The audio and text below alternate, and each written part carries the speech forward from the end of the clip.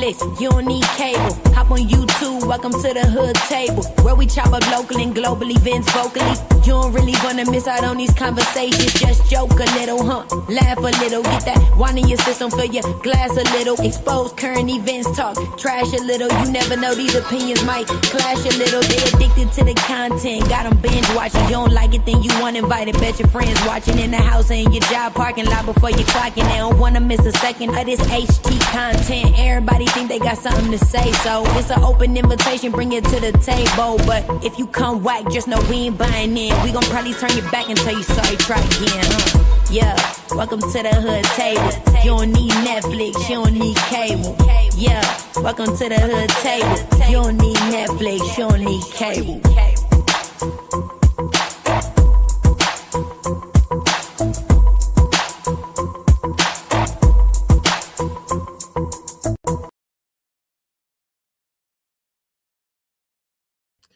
Hey, Sincere, welcome. Please, you guys, on your way in, please make sure you like and share the video, please, and thank you very much. Me and my girl, or my girl and I, Melissa King, is going to give y'all a little 1-2 tonight. You know, it's a little impromptu, and we're going to be discussing several different things. So things that I have seen out here on the YouTube streets, some of them, you know, regarding the B sector, and some of them regarding real life type of ish, you know what I'm saying? So let me go ahead and add my girl up here, Mel. Hey, Mel, how you doing, love? Hey, what's up?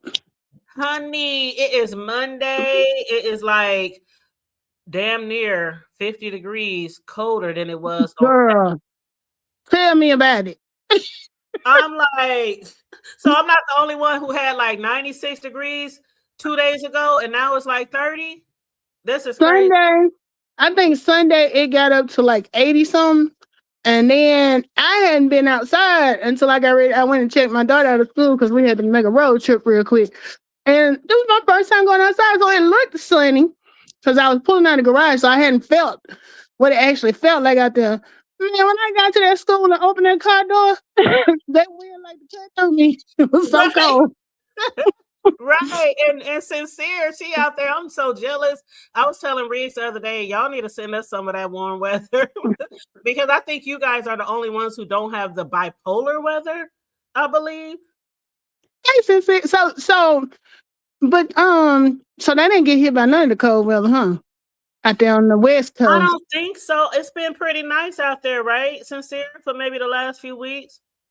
Because here it can be 96 one day and it can be snowing in 2 days. It's just getting on my nerves. I'm just so ready. We're like having winter days and then summer days and bypassing spring and then back to winter. It's really crazy. And don't forget the sprinkling, the tornadoes. Tornadoes, y'all have tornadoes down there. We had blizzard here like a week and a half ago. So yeah, we had I think on that Tuesday we had a tornado warning. On Saturday and Sunday it was 70 degrees. Monday morning we woke up. No, let me not forget. Sunday night we had a thunderstorm with hail, and then we woke up Monday to snow on the ground, and then the next day it was hot again. That's what I'm talking about. This bipolar weather, y'all. But hopefully, where was I at? I was taking my son somewhere because his truck is in the shop, my oldest son. And he said, Mom, the groundhog said. I said, I don't want to hear that shit. Okay.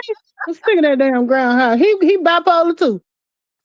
My son said, is it true though? Do they really go by that stuff? And he said, because they talking 8 more weeks. He said the groundhog said 8 more weeks.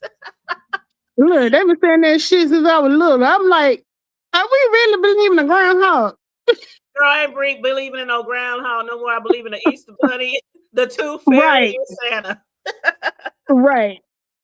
That's for real. That's some real shit there. But yes, everybody, on your way in, please make sure you like and share the video on the way in. Please subscribe to the channel as well because you know your girl's on the road to 9K. Okay. Now, when did we creep up? You just shot up there. I don't know. It's just every time I turn around, I be getting like more and more subs, and I don't know. I think, Mel, it really has something to do with the vertical discussing so many different things. Oh, okay. I be getting subscribers from the sector too, But I also be getting subbies from shit that they ain't got nothing to do with the sector, Well, different. I've been hearing that a lot of people get it. I know you do the vertical and the regular one. Oh, yes. Have you noticed? Like, well, I guess would you even be able to tell? I forgot all about that. The verticals and doing the horizontal. Yeah, because can you tell which ones come from where? You can't tell, can you? Yes, because when you go live on the vertical and when you go live on the horizontal, when you go to your studio, they're separate. They're separate. Is one, and then the other one. So on one, you might have like, let's say, I don't know. I'm just using some random numbers. 300. On the other one, you might have 500. Okay. I've never done a vertical. I be getting hold on. Water. Okay. I got a little sore throat too. But probably from running my mouth too much on this one. And then the weather. And the weather. Yeah. So because I was out late the other night on the porch when I had an issue with my neighbor. I heard you talking about that. That did sound rather weird. Girl, I went outside today to change my Ring doorbell, and the one on the front battery was draining, so I had to change that one. I kept looking over my shoulder. Let me hurry and get my ass in the house. You took me to so he said, "I come over to talk to you about it later." You like, it's 11 o'clock. What later you? Girl, it was already dark. It was dark as shit, and we both like complexion, and I couldn't see him, so it was dark. And I'm like, "You talking about I'll be over there later? Later? I don't even know you." Right? No, We've been you neighbors for 5 years, but I don't know you. You know what I'm saying? Look, I learned my lesson early, which I'm in an apartment, so it's different. A lot of folks don't know their neighbors in their apartment or whatever. But I learned when I was younger not to get real friendly with the neighbors, because then can you give me a ride? Can I use, this was back in the day. Can I use your phone? I learned my lesson. Project days when I used to stay in the projects. Those were the days. Child, eggs, milk, butter. You can't hide from them because you're in an apartment. They know when you home because your car out there. Girl, washing powder. Can I get a little dish soap? I used to hate that shit when I was growing up in the project, because that's the only place. I didn't live in apartments, duplexes, projects, Section 8 houses. I didn't live everywhere and regular houses. And that was the only place I had an issue with people always asking me for shit was in the project. But let them motherfuckers get them checks at the beginning of the month. They don't know you. They don't know you. They gonna hit you up around the 17th asking for some shit. Well, I grew up in the country, but it was usually our relatives. Some of my mama's sisters calling around there telling us. And not only do they want to borrow it, they want you to bring it to them. Send Lisa down here to bring me such and so and so. Yes. Yes, that's how it is. And what's up? Sincere said, "I hope you will, baby." She said, "I hope to get to 3K. You will. We gotta stay on our grind. We gotta stay consistent." Sincere, you is definitely one of those ones that's out there thugging it out all the time. So I think I'm subscribed to. I gotta make sure I'm subscribed to Sincere. I know I've been to her page before, but I'm gonna double check and make sure. Absolutely. Today. Absolutely. Yes, we got to support each other on this mug. And I'm so glad that you are beginning to go live again too, you and Tony. I don't know if you plan on doing lives by yourself or just with Tony, but it was nice seeing you guys over there. Look, I said I was going to do a chit chat one that wasn't about the financial thing, so I might holler at you for that one. But it's funny because I drove to Birmingham to get my baby's hair braided. Her birthday is Wednesday, so she's trying to get her look together. So I checked out of school because from where I am in Huntsville, Birmingham is like an hour and a half away. So when you hit me up, we were just pulling up and getting back from getting her hair braided. But the girl that braids her hair was like, "I see you and Tony back." I was like, "We do one show." You saw that? Yeah. And when is her birthday? When is her sweet 16? It's Wednesday, March the 25th. Wednesday. Mm-hmm. What y'all got planned for her birthday? And hey, Ashton, and hey, Donna Hughes, hey, Edwin. Hey, everybody. I actually took Wednesday off, and I'm gonna check out of school early because traffic is so bad here at the trap. We usually for like everything we go to my parents' house to celebrate. So whether it's Mother's Day, Father's Day, birthday, whatever. But a lot of times we don't do it during the week because the traffic be so heavy. So I was like, I'm just gonna check out about 2:00. We'll head over to my folks' house, hang out there. And Saturday we got the big concert coming up. We're going to see New Edition now. So we're excited about that. Oh, that's right. So what was the last concert you saw? That one, New Edition. I'm going again. We're going again, but I told you the surprise is she gonna meet him this time. Oh shoot! Oh yeah. My gosh! We got the backstage. We got the backstage passes and all that stuff. So that's a surprise. She know we going, but she don't know she gonna meet everybody because her mama old, so she like the old school stuff. So she love her some Boys to Men. They gonna be there. She ain't big on Tony Braxton, but she like Boys to Men and she love New Edition. Girl, we watched the New Edition movie together, so she been hooked ever since. Oh, and it's on Saturday, the 28th. Yep. Oh, that's what's up. So that's not this weekend. It's wait a minute, what's today? Yeah, that is this weekend. Her birthday's there tomorrow and the concert's Saturday. So okay, that's what's up. That's what's up.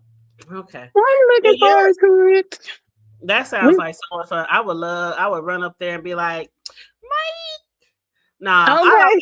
I like a lot of them. I like Ronnie. Well, I told you before, Ricky was my dude. I used to love me some Ricky Bell. I like me some Ronnie. And since she said thank you. She liked Bobby Brown. And she said, and she took me so bad because when we were watching, I think that movie came out. Did she like Big Bobby or Little Bobby? She like, well, the video she saw, of course, were Little Bobby. Every little step. Used to say Big Luther or Little She like Little Bobby, but she was still excited when she saw him at the concert. But what she took me with when we was watching the movie, that came. I think she might have been about 10 or 11 when the movie came out. So after we watched the movie, we started putting up our videos, and it's this one song they got that Johnny was singing on, and she was like, "Mom, it's just something about his voice. It just does something to me." I was like, "Girl, sit your tail down." Girl, I used to love me some Ronnie and some Ralph. I really did. When Ralph I like Ralph when he sensitivity, girl. Yeah, I used to love that too. Ashley said Bobby hers too.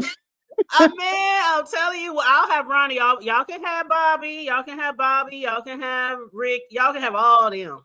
Okay. You just want Ronnie, huh? Mm-hmm. Girl. I know my bestie Tanisha, she lives in Atlanta. She grew up loving New Edition too. She like a year older than me. So when we went and saw him in Atlanta, that was the first time we actually got a chance to meet him because I got some of the pictures of him on Facebook. We took pictures with him and all that stuff. Girl, she seen Bobby Brown and I thought we was gonna have to carry her up out of there. she was holding out to her. If you have to carry her now, you probably have to give her mouth to mouth back in the day. Okay. Somebody necessitate her. I'm gonna send you when I get a chance. I'm gonna see you the picture on Facebook because girl, she held on to him like that's her man. Because all of us got to take individual pictures with them, and then we took like a group photo and stuff. So, girl, she was in love. I said, now you got to get Shaq for me, right? Yes, she got to get Shaq. She got to do that for her mama. Maybe for I don't know what's. No, I was telling my friend Tanisha that. Oh, your friend. Okay. Yeah. Okay. Well, Ashley said the hood table. I'm telling my age. Shit, we all telling our age. Shit. Hell yeah. Everybody know that Ashley, you know that if it isn't love, because everybody be doing that little, with the hand thing and doing the stuff. If it isn't love, hey, why do I feel this? Ooh, that's my shit. I used to love that video. I used to love that video, especially in the end when they finally get it. Like they got it. She said her and her siblings knew all the dances. Yep. Mm-hmm. All the moves. And Noble said, as far as neighbors borrowing, I just get them money because I don't like giving things out of my house. Oh hell no, I would never. Well, you will never get rid of them that way. Noble. They be over there on your paydays and shit. Look, Noble, do they come over there and ask for eggs? Since he got the chicken. Sincere say, "Yep, it's best to stay to yourself, although being part of the community is important." Absolutely, it sometimes is because shit. When child, I go in my house, I come out my house, I go in my house. I don't be really. It's certain people in my neighborhood that I speak to, but these people, like I said, here on my on the south, right next door to me, right? No, they too weird. They too weird. I don't mind being there for the community, but I just don't like making myself too accessible. I don't, you can't just feel free to come and bother me whenever you get ready. Not that it's always gonna be a bother, but I don't do that. I don't do that to people myself. I don't knock on your door unless maybe, like, I'm gonna tell you how I do.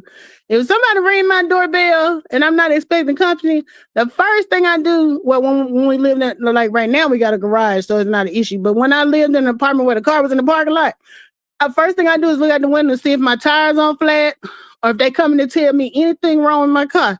If my car good and I didn't know you was coming, I don't answer the door. Because what else could you possibly want? And you didn't call me first. Mm-hmm. Yep. So, and I used to have a problem with that. I don't anymore, but I started working from home years and years and years ago, like 10 years ago. And me too. I still had the problem even up to a few years ago when my friends would just come by, boom, boom, boom, boom. They loud music. They know I'm at home, but they think just because I work at home, I ain't doing shit but sitting on my hands. I'm like, I'll be on important phone calls and meetings, and they be pulling up in the driveway, boom, boom, boom. I'm like, oh my God, I can't even hear the client on the phone. Like, I'm on the phone with my supervisor. They're like, what's going on over there? I'm like, oh, I don't know. Somebody drove past. I don't know. People think when you work at home, you don't be doing shit all day. They really feel that way. They really do feel like when my son, when my grandbaby was real small, he used to be like, oh, Mom, you can keep him over there while you're working. He ain't gonna be no problem. I said, are you crazy? Yes, we will. Like, he be in and out, running up to me and, Yaya this, Yaya that, Yaya come play. Let's color. Let's do this. Help me change the channel. I'm hungry. I'm thirsty. No. Yep. I know when I first started working at home, it was in 2015, and Naya it was when she started regular school. She started K5 and she was 5 years old, but I didn't know how she was gonna do as far as like when I pick her up from school, because in K5 they got out at 12. So I went ahead and paid for the aftercare, because I'm just like, if she come home and I can't get no work done, that's gonna be, a problem. So after, the first year she did good. Then I didn't worry about sending her to camp or doing nothing like that. But yeah, when I first started, I was like, I can't be getting up every 5 minutes doing stuff with you and everything. But they kids, they don't get it. Oh no, they don't get it. They don't get it at all. That's why when I taught my grandbaby who's 4 that if he wake us before me, because his bedroom is across from my bedroom, so I told him, if I'm asleep, you hit Yaya really hard, because he was he used to just stand there next to my bed with his toys and just look and just be looking, waiting on me to wake up. I'm like, do he do this to y'all at the crib? He said, nah, he jumps in the bed. And I said, well, why won't he jump in the bed with me? They said, I don't know. Maybe your bed too tall. I'm like, I don't know. Well, Naya just got out of my bed about 4 or 5 years ago. She slept with me. I used to tell people all the time, I could rent her room out, because she gonna come in here and get in the bed with me every night. Girl, I've been thinking about putting my office in Ace's room, but I'm like, I can't do it because he got so attached to that bedroom, and it's just big enough for all his shit. And even though I need more room, what I did was I hit up my nephew he's a carpenter. Oh yeah, you say you're gonna get him to put some shelves up and stuff. Yeah, he's gonna do some shelves for me to add more space to my office and my craft room, and then he's gonna put some down in the basement too, because I'm gonna order one of those big printers to print like big banners and all that stuff, So that has to go downstairs. So I'm gonna have some stuff downstairs to continue on the craft area, so that he can keep his room, because he will have to grow into it too. You know what I'm saying? So I figure instead of squishing all his stuff into that office that I got, even though the office is a nice size, it's like 8 by 10. It's a nice size for a small bedroom.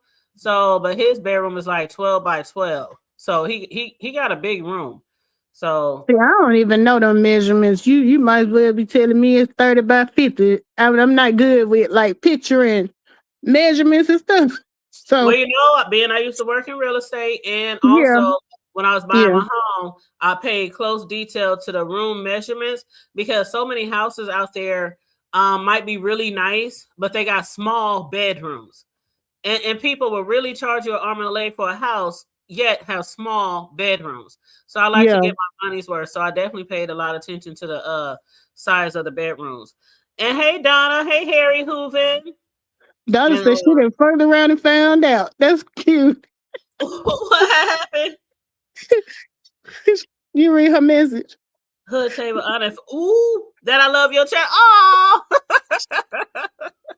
How cool is that? oh, that's so sweet. Donna don't feel bad. Donna don't feel bad. I heard about her channel on Deanna's. What, probably about 5 or 6 years ago. It's been a long time.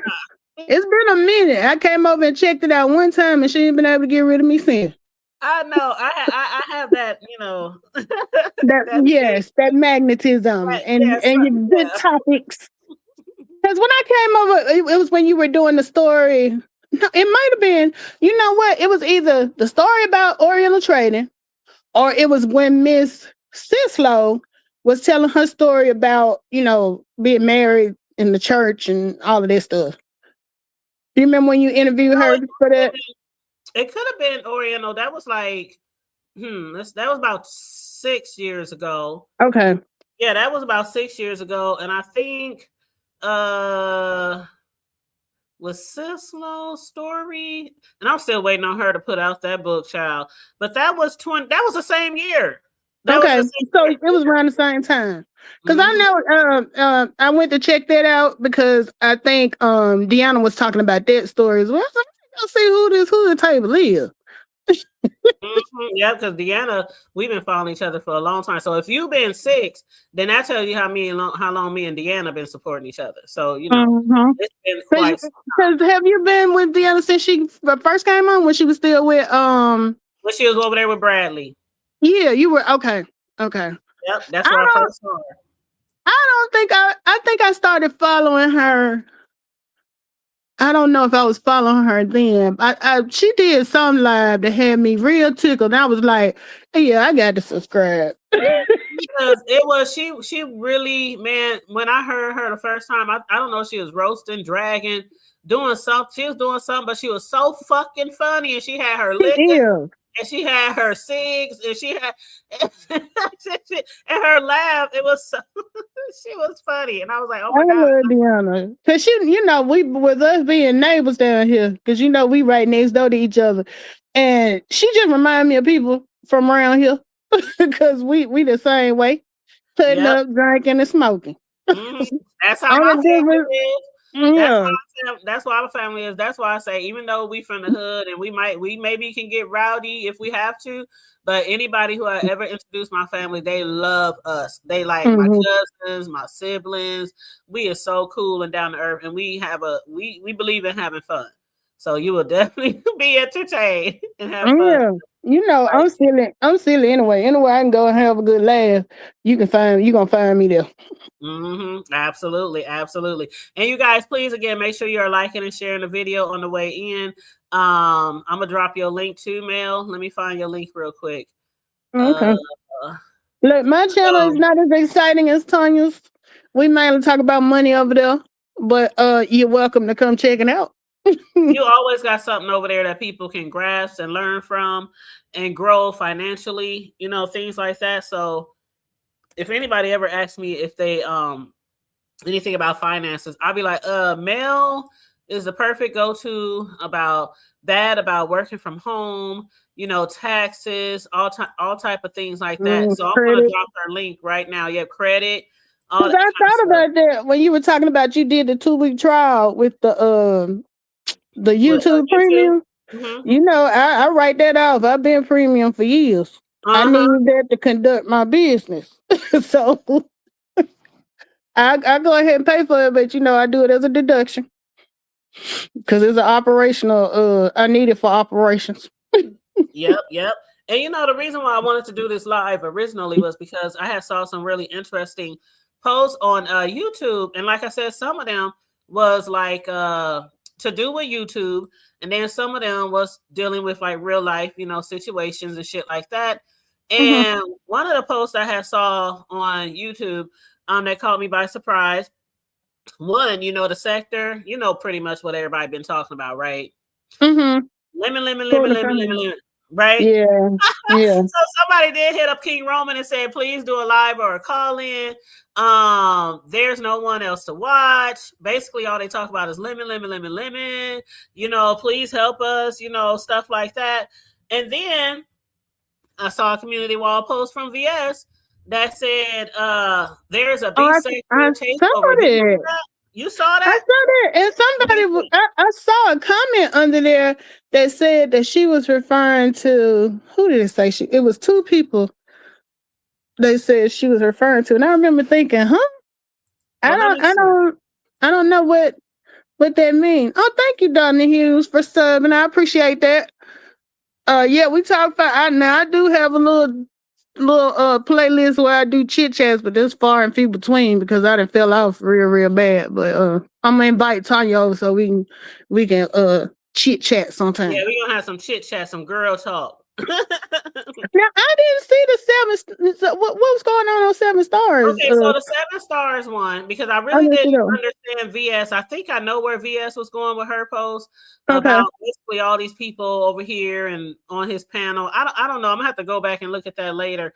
But so there's a few interesting posts out there on YouTube, B sector shit. But then I saw 7 Stars. A lot of people know 7 Stars and follow her. But 7 had posted something on her YouTube saying that she has some shit going on over on not some shit, I don't want to say it like that, but she had a post over on Thread, you know, the IG, they now have this Thread app. Yeah, I had. Do you do that one? Yes, I absolutely do. It's kind of like a Twitter. Yeah, I haven't subscribed to that. Is that the same thing as that Meta thing they be trying to get you to do too?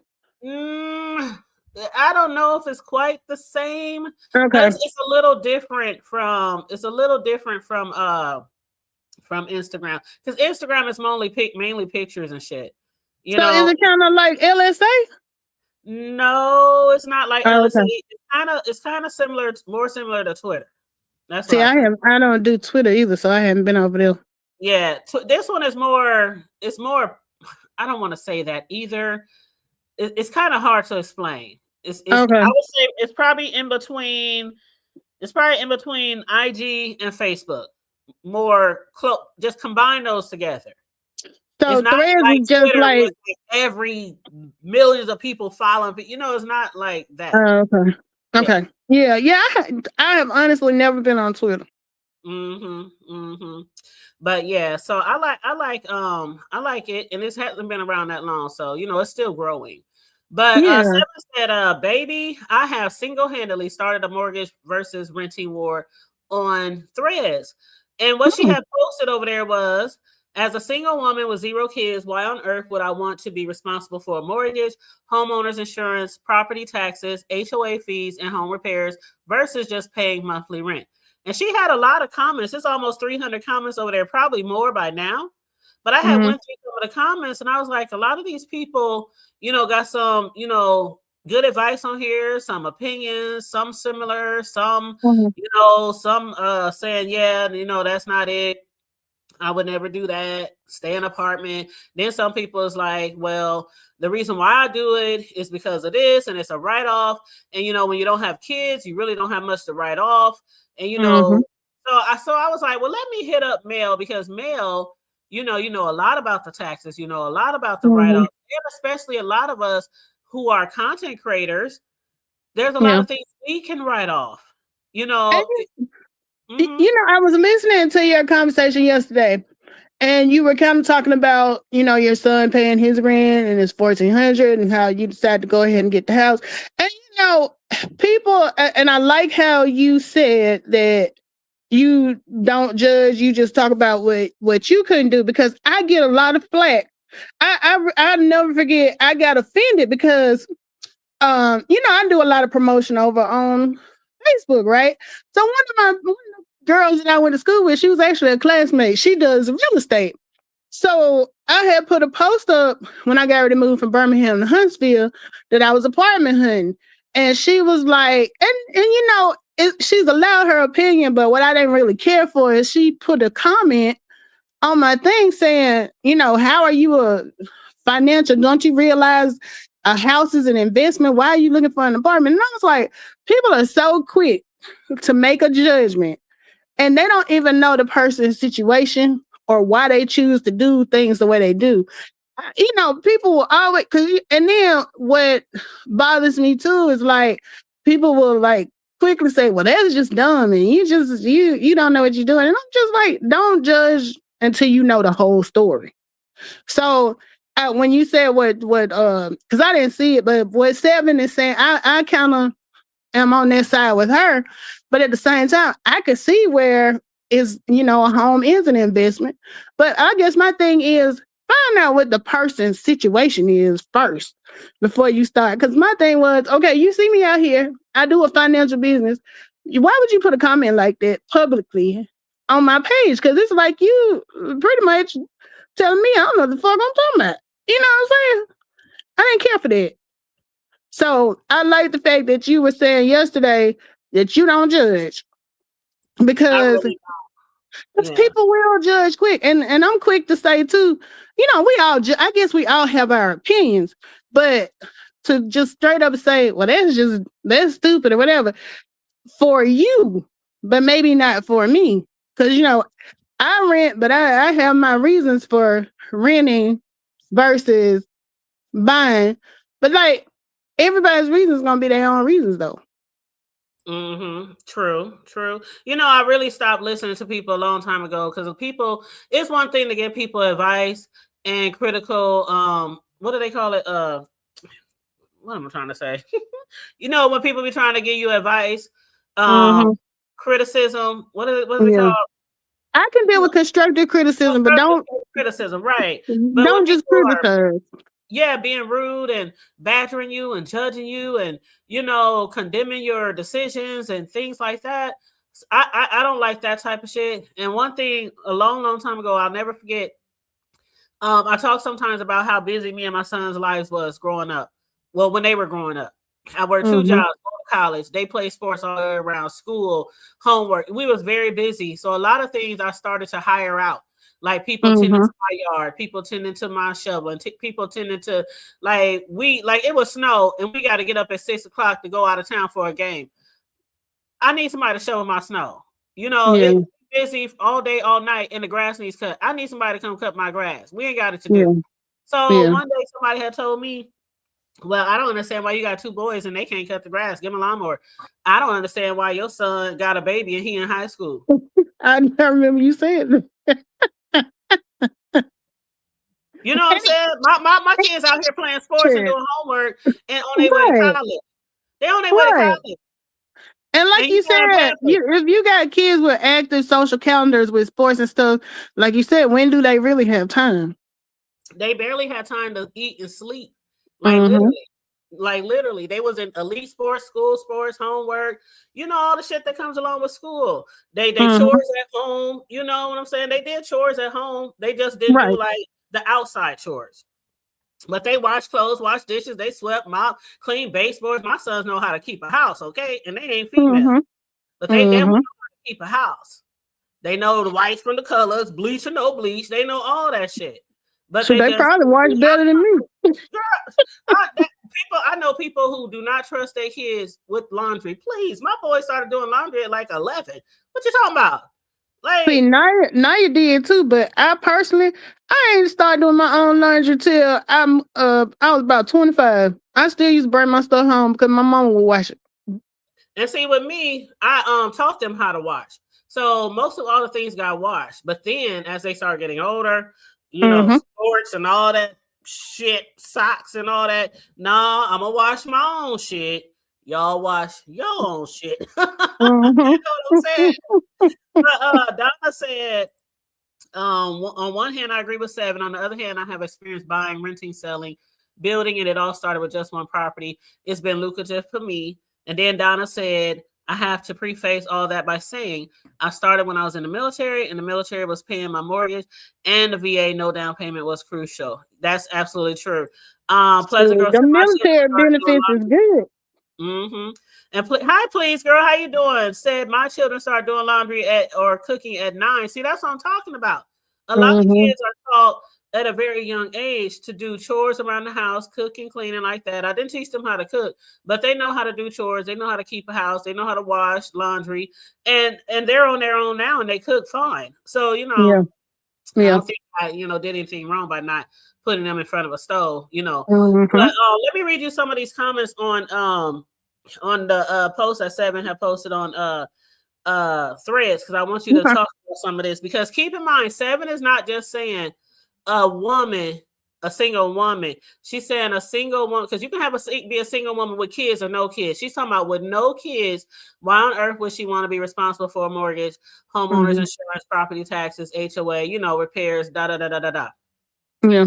So I told Seven, I commented on post, I said, oh my God, there's some very good comments over there, pros, cons, things like that. I said, I think I'm going to talk about this tonight with Melissa. And so somebody said on here, they said, as a single woman with 0 kids, I've both owned and rented. Here's why I prefer owning. With rent, you don't build equity. You also miss out on the mortgage interest and property tax deductions. We need all the deductions we can get. And your mortgage doesn't go up every year. Every year, you can do what you want to your place. You can have as many pets, not pay extra. You don't have to worry about having to move out because your landlord wants to sell or, something like that. So let's tackle that one comment right there. Mm-hmm. About the tax deductions and that's true. Equity. One of the things that we joke about all the time when me and Tony go live about the money thing is, before I had, I was a late bloomer. I didn't have my daughter until I was 36, almost 36. So prior to that, I didn't have kids and I rented. And like whenever I would go to get my taxes done, I would ask my tax lady, is there anything that I can do? Because I was always having to pay. So she was like, the standard answer was, have a child, buy a house, or you can just have them take more out of your check. I said, well, I'm not at a stage where I want to buy a house because, you've heard from my stories, I move around a lot. I done lived in like 4 or 5 different states, since I left home. So I hadn't planned on buying no house until I knew I was ready to just be settled. And then as far as having a baby, I was career driven. So that wasn't in the works during my, 20s and early 30s and stuff. So I do realize the benefits. Now, one of the things that I look at, though, I know you were saying yesterday about having the warranty companies that can fix things. Like if you have issues and stuff with your home, the what do they call it? That insurance. Just home. What do they call it? Dang, what do they call it? But I knew what you were talking. I knew what you were talking about. I just know the name of the company I go through, but basically they cover like your refrigerator, your stove, right? Your plumbing, electrical. They cover a lot of stuff. Well, a lot of stuff. Like your dishwasher, your food. What do they call that thing in the sink? The food process, like the trash compactor. The trash compactor. They cover a lot of stuff in your home, and I have used it before in the past. I had to get a refrigerator one time fixed. I had to get a laundry. My washer, was it the washer or dryer? I think it was the dryer that I had to be fixed, and you pay like a certain amount every month for the service. It's like a home repair or something like that, because you have your homeowner's insurance that covers like from hail, storm, robberies, things like that. And then you have to have also your home repair insurance as well. So it's kind of like when you get a car and you buy that extended warranty for when they stop covering what you get those first 36 months of owning a car. It's like a way to, So, I mean, I get that and everything. And there are discounts and stuff. Tony usually speaks more on that part because he owns property and he owns, his home and everything. But for me personally, I was just like, I was, kind of feeling like seven. I'm like, look, I move every 3-4 years. I'm not one that wants to commit to a mortgage. Now, I did have a plan when I first moved here because my biggest reason of staying where I am now, and it's kind of a more expensive area, but I wanted my child, because I work from home, I can live anywhere. So I wanted my child to be in this school district for the education portion. So we moved here when she was in 3rd grade. The plan was stay in the apartment for 2 years. And then after that, get a house, build some equity or whatever. Then when she graduates, I was going to sell the house and then, go and build. Because my thing is, my parents have 10 acres. If I wanted to do a house, it wouldn't make sense for me to go buy one somewhere else unless I plan on, flipping it or reselling or whatever for like long term. So I'm just like, I'll do that. But what happened was COVID hit. So when COVID hit, I just stayed in the apartment because everything that was all crazy. And then, I was just like, I'll just wait. So it's gotten to the point now, she'll be 16 Wednesday. She's only got 2 years of school left. So I'm like, well, I'll just stay here until she finishes school where we live is not going to be an issue. And then I'll worry about building. But for me, it was always like kind of like what Seven was saying, like the time I've been here, I've had to have a refrigerator replaced. My apartment's flooded twice. I've had the air conditioning unit changed out. And it's like, if this were a house and it was just me, that would have been like a lot of expenses that I would have to deal with. Then I also look at the fact that, I don't have to deal with, if anything goes wrong, I pick up the phone and call the rental office. And yeah, it's a price you're paying because you are basically putting money into something that you will never own. But I was okay with that. I'm not in a position where I felt like, that was detrimental to me. Right. And if you really, really feel that you are not in that position, then definitely don't do it. You have to be comfortable because that's a really big decision. Buying property is like damn near as much of a big decision as getting married. It's like, or getting married or, moving to another state for a job. Like that's a really big decision. And I saw a post up here that said, if you can't afford to get your HVAC or plumbing fixed, you ain't ready. Some of these insurances are not like they used to be. And I wanted to chime in on that because, again, I have a home warranty.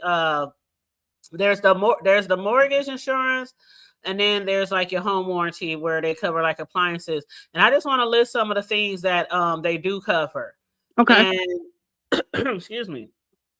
Plumbing system, plumbing stoppage, water heater, whirlpool, tubs, electrical system, oven, range stove, cooktop, sump pump, built-in microwave, dishwasher, garbage disposal, trash compactor, ductwork, garage door opener, ceiling and exhaust fans, AC system, heating system, clothes washer and dryer, refrigerator.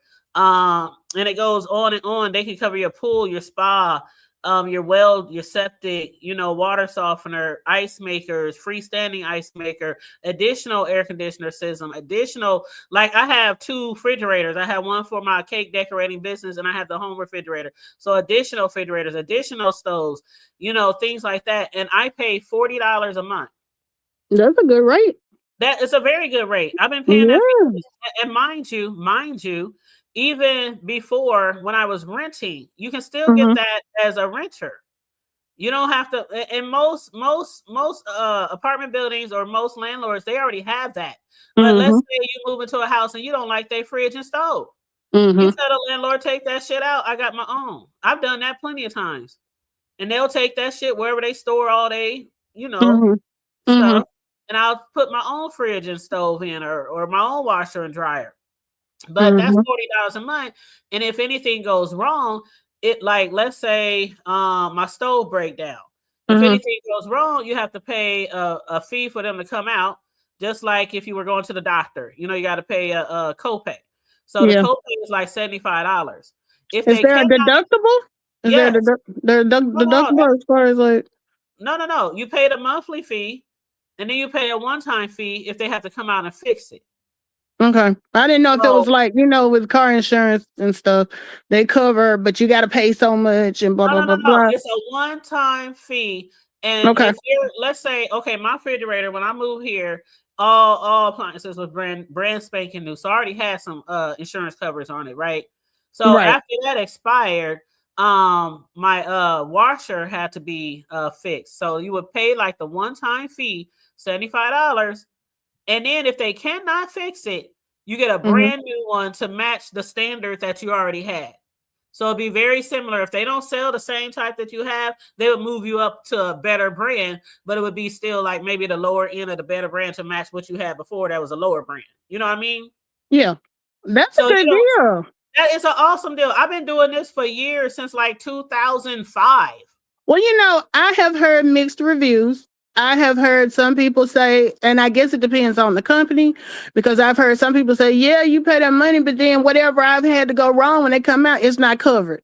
It's not covered. So, but then I've had people like, what's covered. You definitely gotta know what's I've covered. had people like you who have said they didn't have any issues, but then they were paying more than $40 a month, though. So I guess it just depends on if you do your research, I don't know where who they go through. or where is your company like nationwide? Like it's not a regional thing, is it nationwide? It's nationwide. But have you heard of, I'm not gonna say the company I go through, but I'll tell you the company I used to go through. Years and years ago, I used to go through Service, what is it called? Service One?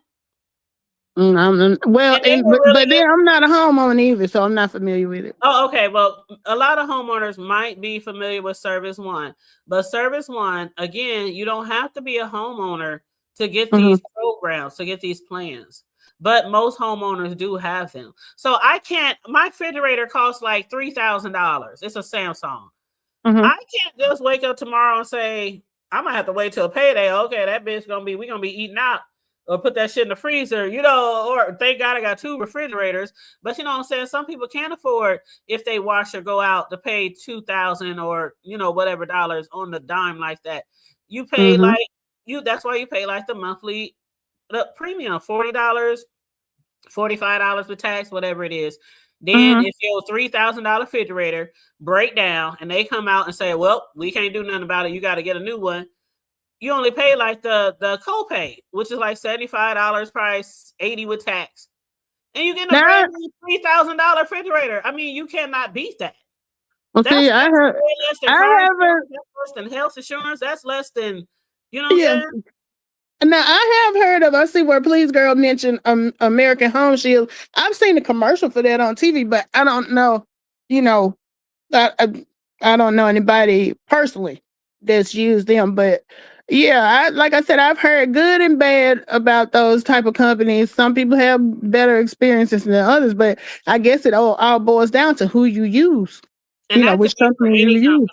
That could be for Sears. That could be for a car company. That could be for CarMax. That could be for, everybody has their own experiences with any kind of company. And my Samsung, I love my Samsung.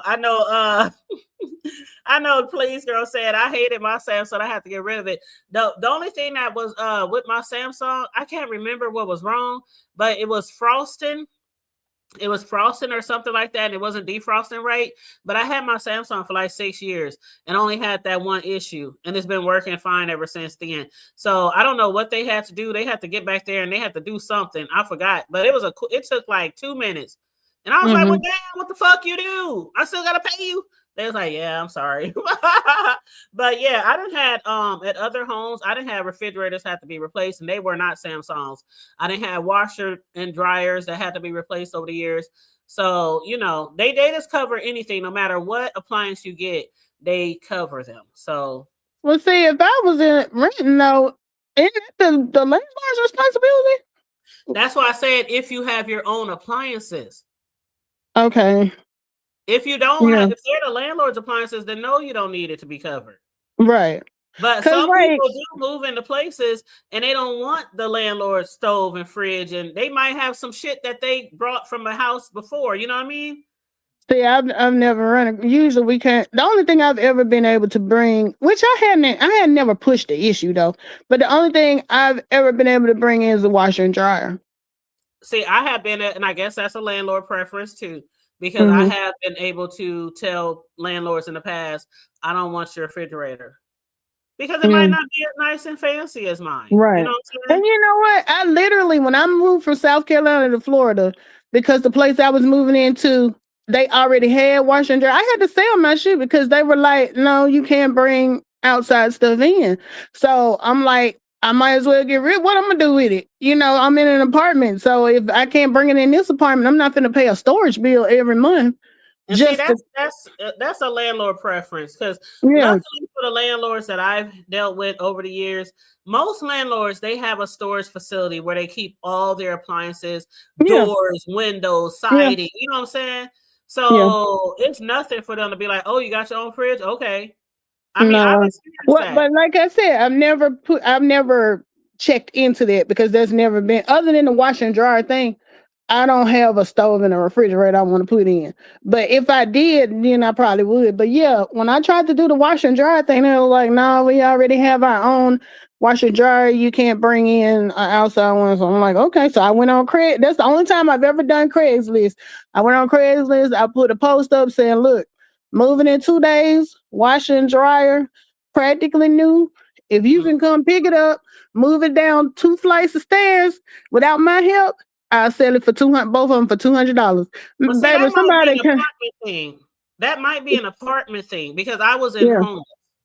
Yeah, I've never rented a house. I've only done apartments. Oh yeah, I get you now. Okay, so if it's an apartment building, yeah, they probably won't let you bring in your own appliances because the apartment building, they don't have too much area out of all those tenants to store extra appliances. Okay, so I was thinking of homes, like renting homes.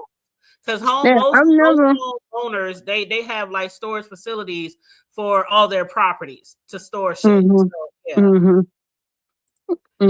But I think it just depends on the situation. Cause like, you know, and another thing, like I know a lot of people in the cities and stuff, like you were talking about how expensive and people having to have roommates and all that stuff. I get that too. Cause like even when we were living in South Florida, I told my husband, we ain't never buying no house down here. This is ridiculous because it's kind of like what you were saying about in the Midwest. In Alabama, when you say a house costs almost $1 million, like $750,000, you're expecting to see some shit like MC Hammer had. You know, a mansion. Thank you. I'm down in South Florida and I'm looking at these houses like we buy this shit in Alabama all day long for about $100,000. Are y'all serious? That's why I say I want to make my money stretch. I hate the fact that it's so expensive in certain places around the world and you don't really get your money's worth. Like there are so many people, you know how many people move to the Midwest because their money stretched further.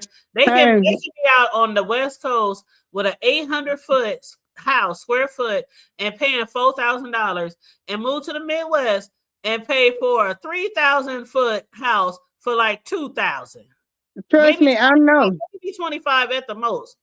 Because they invading down south, buying up everything down here because the shit's so high up there. We got a lot. And then the first thing, you know, I get a little bit insulted because the first thing, not all of them, but a lot of Northerners will come down here and they will complain and y'all don't have this, y'all don't. We be like, take your ass back home then if you don't like it here. But you can live comfortably here. Honestly, the cost of living in South Florida was probably 3-4 times what it is here in Alabama.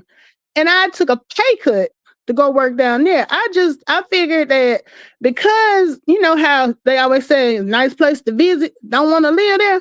When I went down there to visit, you know, I was excited about moving. Once I moved down there and I saw, you know, cost of living versus what they was paying was not comparable.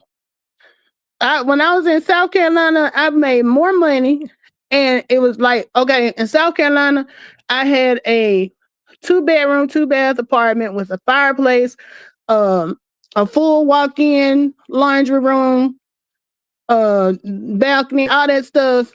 And I was paying like, now mind you, this was in 2000, 6, 2007. But I was paying maybe $700 a month for that. I moved down from there to South Florida. The most now, and I ain't saying I'm bougie or nothing like that, but I gotta live where I feel like I'm safe, especially with me being a single female, and I don't know nobody down there. So when I moved to South Florida, I wasn't looking to go stay like somewhere that wasn't, I didn't feel safe. So what I ended up moving into was a 1-bedroom, 1 bath that was $1,000 a month. And I'm just like, I was balling in South Carolina on with paying $700 a month versus I did a real step down there when I took the job down there. It was like for $20,000 less than what I was making in South Carolina. So I was like, shit. First thing I did when I got there is got a part-time job because I just knew. Donna Hughes, I was in Columbia, South Carolina.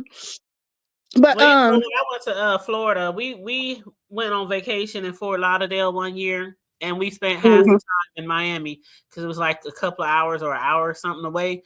And so 20 minutes.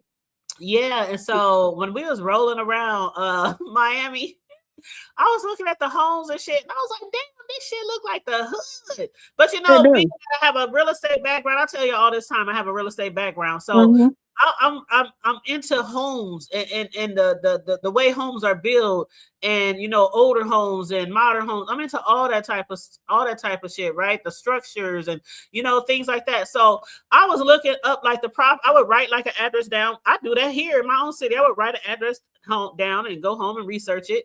And a lot of them motherfucking homes in the hood, I could not believe they was hundreds of thousands. I mean, and it had to be a hood because I mean, I'm talking about Miami where I see cars on bricks. I mean, yards with no grass, it's all mud. I mean, so I could tell it was like the hoodish area compared to the other parts we was driving through.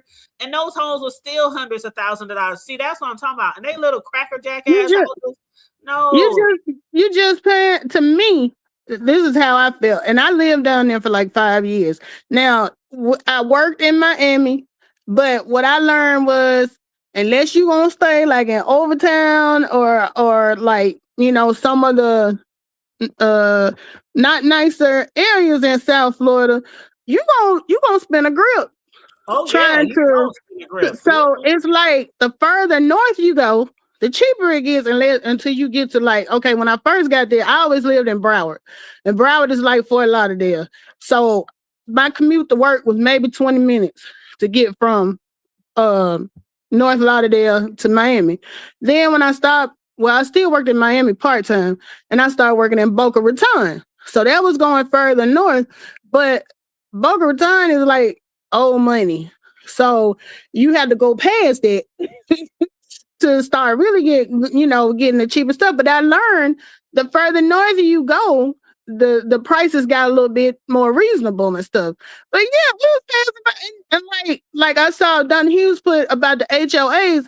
It wasn't even just, I thought it was crazy, not even with just the HOAs, because the lady that, I was telling you, at first I didn't want to carpool, but them gas prices hit me, and I started carpooling. So the lady that I was carpooling with, she lived in Plantation, which was maybe about 10 minutes from where I was in North Lauderdale. And when I would go over there, she would be telling me like how much the houses cost. And she was like, well, we wanted to change our front door. And I'm thinking she's saying this because of HOA. She said, no, when you want to do certain things over here, you have to get permission from the city. I'm like, about your own house? And she was like, yeah, you can't just up and do stuff. You got to. And I'm like, this crazy. I would never be a part of an HOA. And you're right. Somebody has something. Oh no, I heard of American Home Shield, but I've never used them. But I have nothing. I haven't heard nothing bad. I haven't heard. I just know of them, so it's not like I heard something about. I just saw the commercials. Yeah, I saw the commercials. That's about it. But in a lot of landlords, they do require you to get homeowners insurance. I mean, renters insurance. Fortunately for me, anywhere I ever rented, they did not require it. Now, if the shit burned up, I'd just be shit out of luck because the landlord would be covered and not me. Well, for me, it's varied. Like when I lived in Birmingham, the last place I stayed at, it was required. You had to have it. When I moved here to the Huntsville area, where I'm at now, you don't have to have it. And so, even though like when my place flooded last April, they didn't. I don't have homeowners insurance, but they didn't charge me anything. They came in, they had to rip up the floors and redo everything, but it was included. But then, it just depends on where you stay. Well, let me ask this because call me, I may be having a slow moment, but why? Okay, I see why a renter would want to have their own insurance. Like if something happens, their jewelry gets stolen, the house burned down, all their clothes burned down, their appliances that they own, TV. I get that. But why would it be mandatory, especially if a landlord already has coverage and it would cover the entire property? The renter might be shit out of luck, but why is it required? Because they don't want to have to come out of their pocket for nothing. But why would the landlord have to? If somebody set the place on fire, the landlord wouldn't be held responsible for the tenant. Will they? I mean, I thought they just. It was kind of like what you're saying about with your extended warranty thing. Their coverage covers so much, only covers certain things. So when you got the additional, it covered things, and I guess to cover any lapse between the two, because the apartment people don't want to come out of that type of money. I think that's why they did it, because they would give you a list of what all was covered with the one that comes with the apartment, their coverage. But then they give you this big list of like, if this happens, this happens, this happens, we're not responsible. But then at the same time, you got people who will just up and leave and just be like, well, I'm leaving. I ain't paying no rent. Get it out the mud. Get it in blood, whatever. So they're covered regardless, because they, So I just looked at it as something like that. They were trying to cover themselves. Well, I can see if it was like a building maintenance issue. But let's say, for instance, somebody set the place on fire, which happens a lot. People fall asleep, smoking cigarettes, stove on, leave the gas on the stove. Shit happens. Another tenant is really responsible for, right? That's not really the apartment building's fault. You know what I'm saying?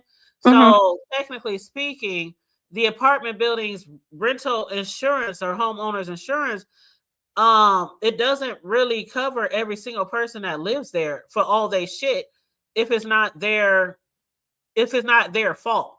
What, like, let me say, like this, for instance, when my oldest son, I call my kids my babies. We're about to be 29.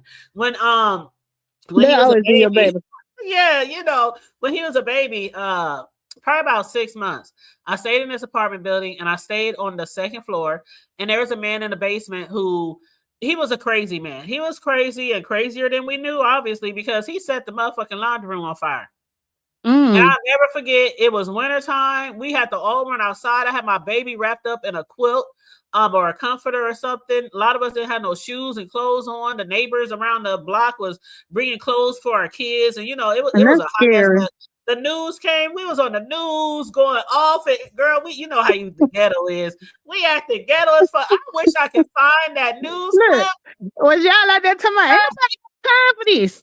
When I tell you, if I had that news clip and I was staying in an apartment, see, this how hood we was. I lived in a 1-bedroom efficiency apartment. One bedroom efficiency where the living room and the dining room and the kitchen is one room. I know what you're talking about. Right. And I had one of my sisters and one of my homegirls. We all was living there with my baby, right? All going to work every day, just struggling, scratching and surviving in my Olivia. So when I say I know the thuggish, hoodish life, ghetto life, that I lived that many, many years, right? There's one reason why I appreciate everything that God blesses me with to this day. But they set that motherfucking basement on fire, and we was outside and stuff. And basically, we didn't get shit. We had to go to the landlord. He had the buildings covered. He could get everything fixed. We had to go to American Red Cross and shit. Right. You know what I'm saying? Because we didn't have no renter's insurance. But I guess if they required you to have renter's insurance, then they wouldn't have had to worry about anything that their policy didn't cover, I guess is what I'm saying. Girl, they didn't cover Like shit if, for us. Everything was covered in that apartment building. well, you know, they Every ain't paint, thinking about every the brick, tenant. They thinking about nothing. Yeah, themselves. the tenants wasn't covered. None of the tenants. That's what I'm saying.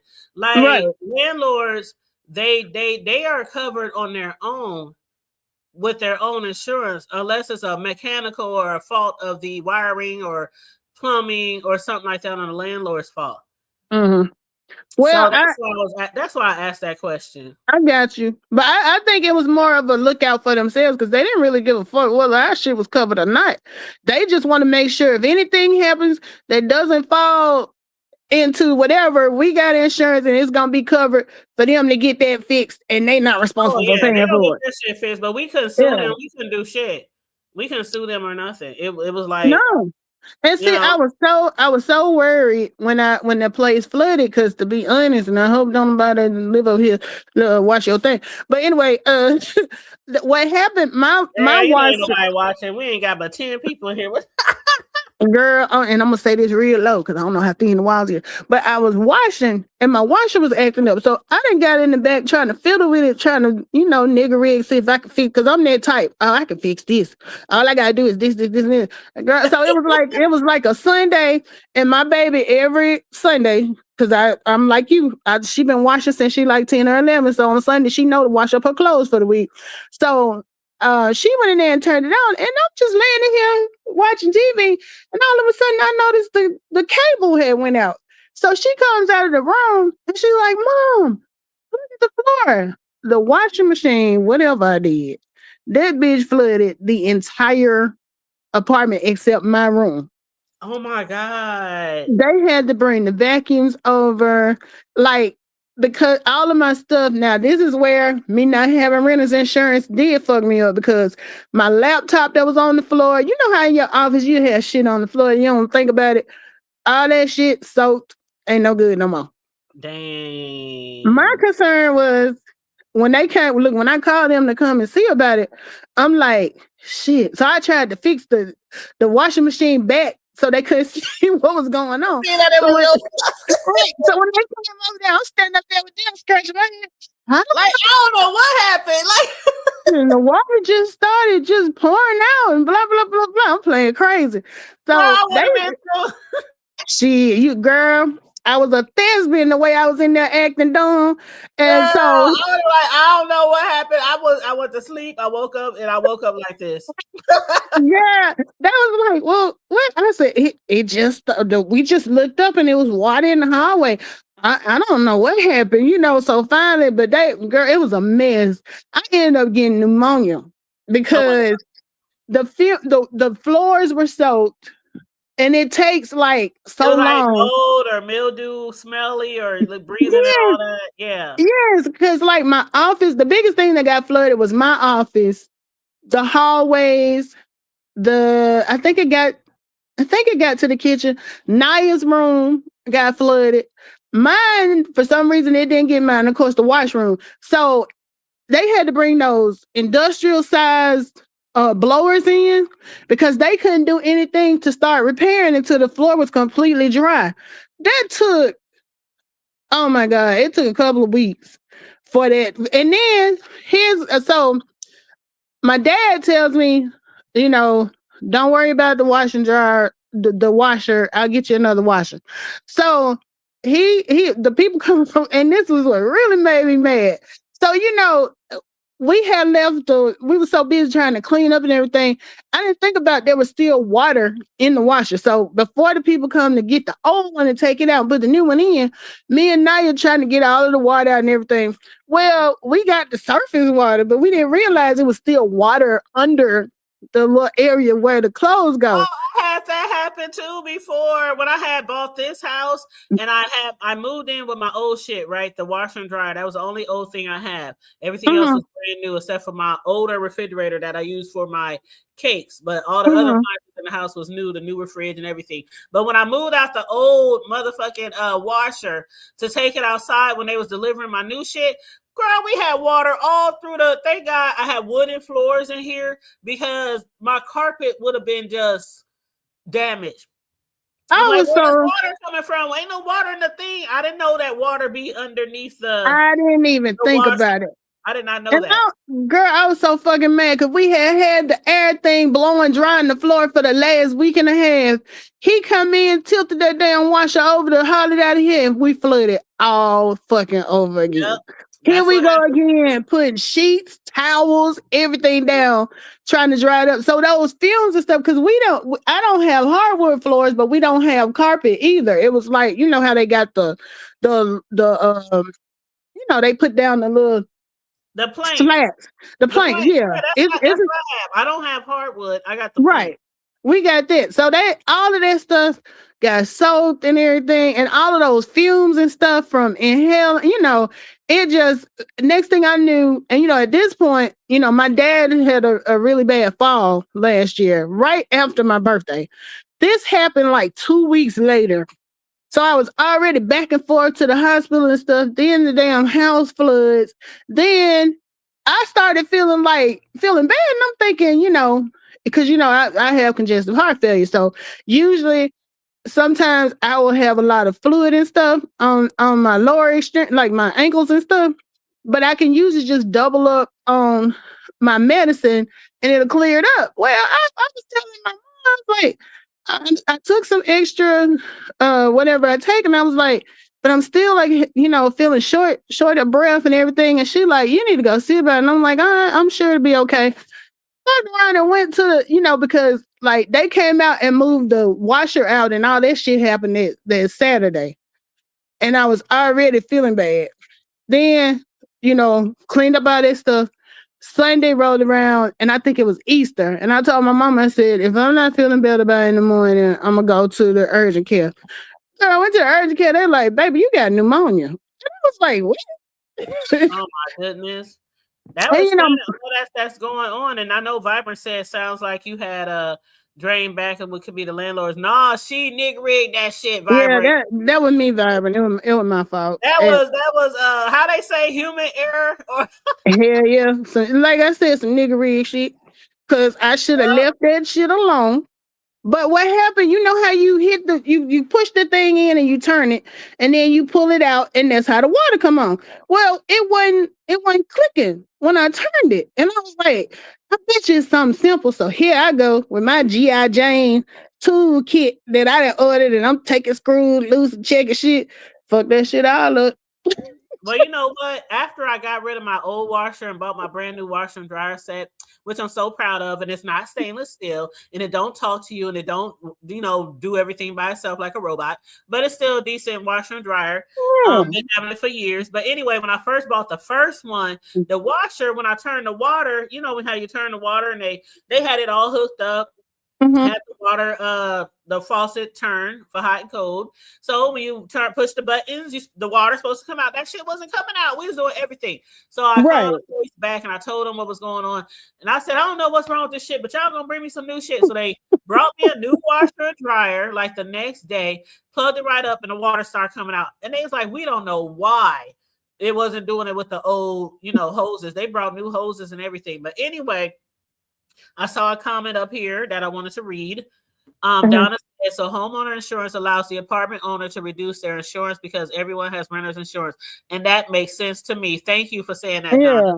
I knew it was something that was going to be a bonus for them, not for the tenant. That's why I said it has to be something. Why would they just force renters to have their own insurance? Because if it's not the landlord's fault, if something happened, then you can't sue the landlord. So now why it helps, it benefits it don't benefit me. Okay. But it benefits them. It'll benefit you, I guess, if something did happen, like you lost your clothes or TVs or very valuable possessions and stuff like that. I just wonder why they would force them to do it. That's what I was wondering. But when they did, I got the cheapest one they had because I'm just like, I don't even want to get this shit. So I found a policy. Set, it costs $1,200. Okay, a basic, but it works. It's going on 6 years strong. Oh my God! In this house I didn't realize how expensive they got because the one that my dad, because when my dad, he was like, just go, because my mom needed her another stove, and so at the same time I was having the issue with the washing machine, and then I don't know if I told you about it was last year was crazy because my brother, while I was out of town, he wrecked my car. So my car was down and I was renting cars. So he knew financially I was being pulled a lot. So that's why he was like, just take the car, get a stove for your mom, get the washer for yourself. Because I'm the type, I don't ask for nothing. I will thug it out and figure it out myself before I ask you for anything, even though I know you there. I feel like I'm 50 years old, I'm grown. I shouldn't have to do that, but I ain't gonna look a gift horse in the mouth either though. Cause I was like, I really didn't want to have to charge another, like you said, who got, I keep emergency fund, but I don't want to spend it on no shit like that. Right, But right. I hadn't had to buy a washer. And that's why I be talking about my mom. But see, my mom went on, like you were talking about your mom was a housewife. My mom went an old school housewife. She would wash fucking clothes every damn day. She don't let nothing sit. To the point that, and I be telling her when she come over here, it's just me and Naya. We don't wash every day. We wait until the laundry hamper gets full. Then we wash. My mama come over here. We had to hide the damn dish washer soap from her at one point because and what would be so crazy? Me and Naya would try to wash up everything before she come because my thing was, I don't want you to feel like when you come over here. We want you to come over here to clean up because my mom is like a cleaning machine. She will clean. She will find some shit to clean. And so at one point, we was like, I was because like she had knee replacement surgery. Anytime she has any type of surgery or anything, I have her come stay with me because I got all brothers and my daddy. They ain't gonna take care of it the way a daughter would take care of them. So she done had 2 knee replacements. When she had both of them done, when she out of the hospital, I had her come stay with me. As soon as she able to walk, she in there trying to clean up and wash. I was like, if you don't get somewhere and sit down and quit trying to clean up. But you know what? She finally, one day she told me something that made me look at it a little differently. Because she was like, you know what? I don't have a job. I can't do for y'all the way your daddy can. This is my contribution. When I come over here and I can clean up and I can cook and do all that stuff, that's my way of being able. And, when she put it like that, I was like, okay. I said, I just don't want you to feel like we just want you to come over here because we know you're going to clean up everything, which Naya ain't slick. We ain't going to come over. I was like, if she do come, you're going to clean your room before she get here. Because my mom would come in there and clean her room from front to back, top to bottom. And I'm just like, from too, because my mom was a homemaker, or what they call homemaker, and most of the jobs that because she didn't have a really high education, so most of the jobs were my mom high school diploma, cleaning homes, working at cleaning hospital rooms, nursing homes, hotels, that was the kind of line of work jobs that she had, besides just at home as a homemaker. And I'm telling you, it don't matter where we live, how old our house was, how raggedy it was on the outside. It was spotless on our old ass furniture, old ass appliances. I mean, the refrigerator was always clean, spick and span. She cleaned like every freaking day. And one time I told this story before when her and my dad had to move in with me when my kids was younger for like maybe 2 or 3 weeks or something, because their landlord had got into some financial issues and he owned like, oh my God, he owned like so many apartments and complexes in this city. It was crazy. And he had got into a financial bind, and a lot of his homes and apartments where the rent was included with the utilities and the rent wasn't being paid by the landlord. So the people who utilities is in the landlord's name, because it's all combined in the rent, they didn't have any utilities. And so it was dead of winter, no heat. My dad and my mom tried to stay there as long as they can. I'm like, what the hell is y'all doing? Y'all can come over here. So finally, my mom was like, because my dad even went down there and said, can you just tell us our portion? Can we just pay our portion? They said, no, because it's all together in one account for this landlord and all his property. So my dad couldn't even do anything about it. So they had to stay with me like 2-3 weeks. And girl, when I tell you that my parents had me leave my home, I'm like, I love my mom, my stepdad. and I only had a 2-bedroom house, and my boys was in the room, so they had like camped out in my living room. Girl, they had big old beds and blow up beds. The girl was, but the thing is, my mother, even though I keep a clean house, she always found something to do. She was cooking, Always 4-course meal. She was trying to wash our laundry. I was like, please don't. You don't have to do this. You don't have to do that. you She can't just tell them. sit still. Girl, I would leave. I wouldn't come home till like damn near midnight because for one, you can't smoke or drink around her. Yeah. Mind you, I understand what a lot of people might be like. That's your house, But you still I respect respect them. my mother that much. It was crazy when she was alive. Anytime she came over our house, and because we used to kick it and party a lot more back in the day, right? She would come over, I'll pull you home. Oh my God, mom's here. Everybody, okay, Sister Mary's here, y'all. They already know the routine. All my homies, my friends, my cousins, my siblings, we know the routine. People hiding they liquor, they putting out their gloves, shit like that. She walking in the house, all smoky and stuff. What y'all doing? I just thought I'd stop by. I was in the neighborhood. Girl, that we is funny. there, fucked up. We like, hey mom, what's up?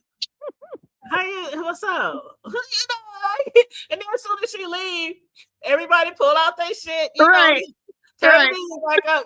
That's how it was. That's how much respect I have for my mom. And even if we were somewhere together and I was drinking, I would always lie. She'd be like, what's that in your cup? I said, it's pop, mama. You know that ain't no pop, girl. I'm like, it is too, mama. She was playful with it, but I still... Yeah, it's a respect thing.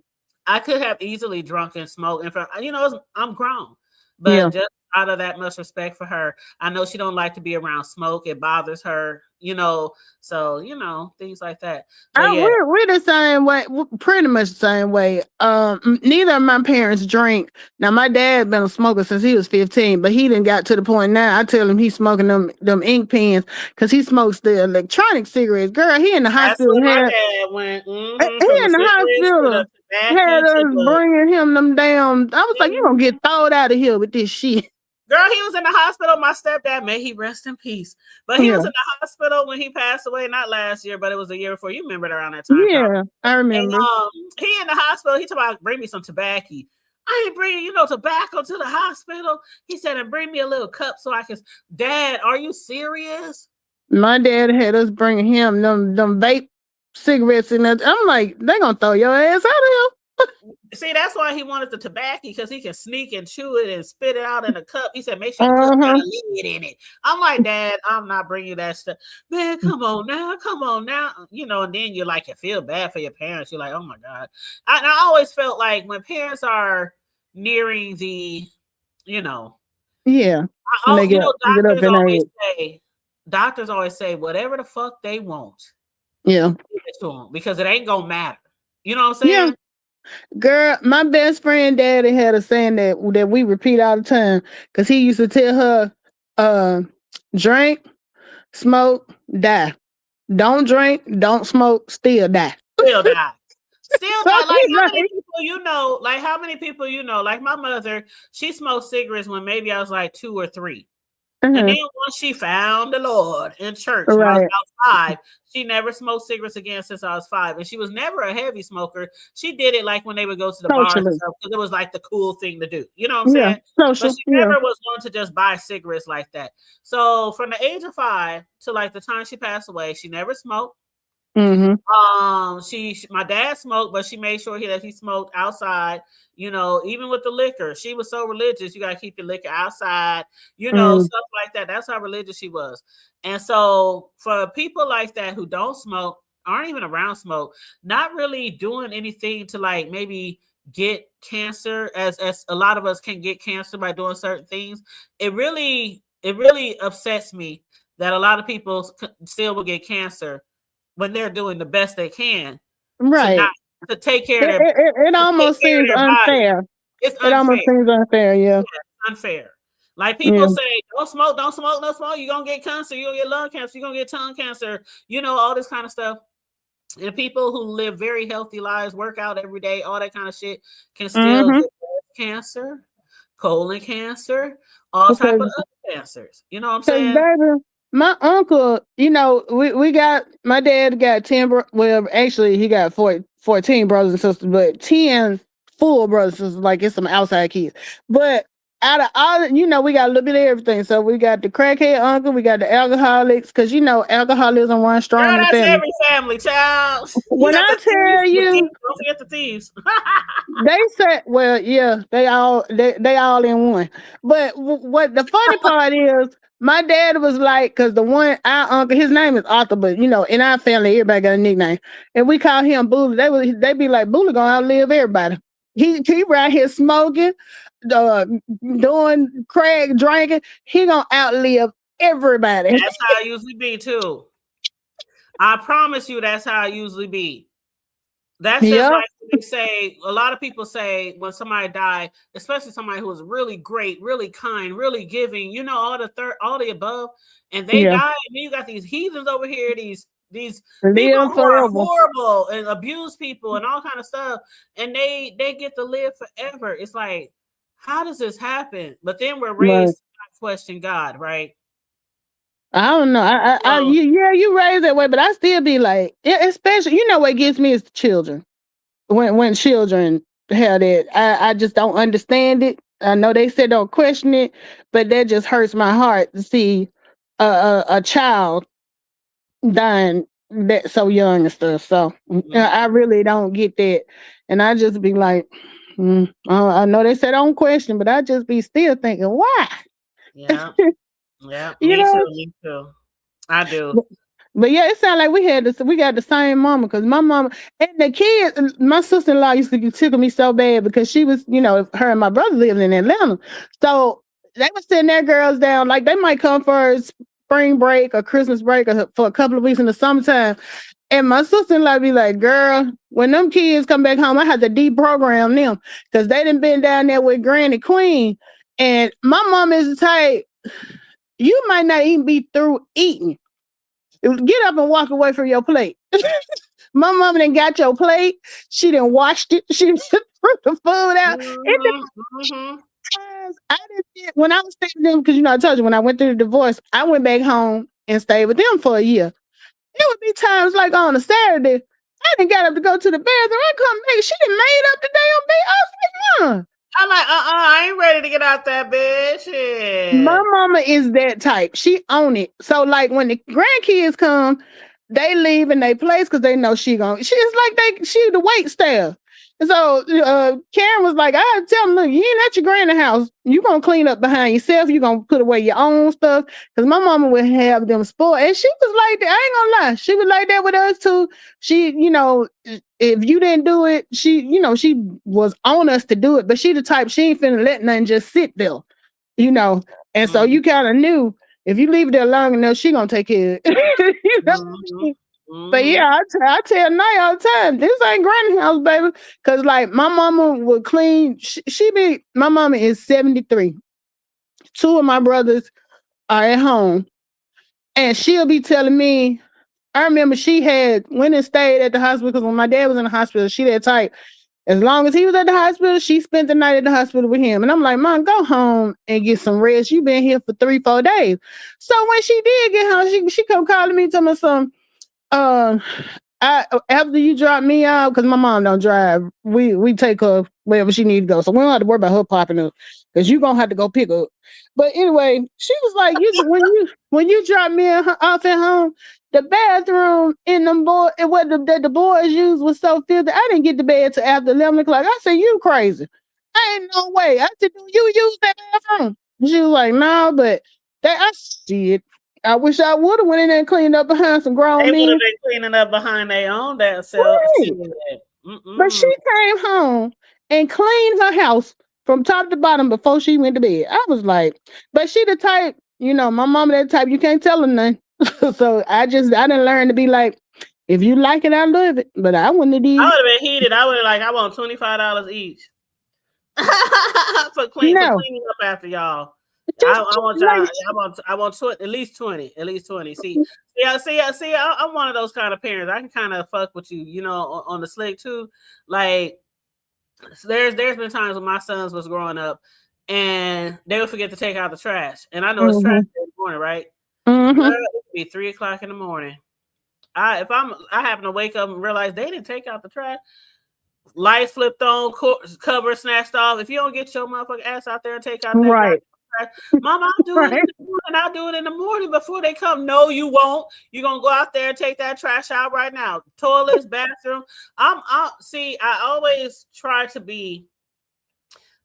to carry over some of the old school parenting, also some of the new school parenting, the more understanding parenting as well. But I still have a really strict streak with me when it comes to obedience, respect, and keeping my house clean.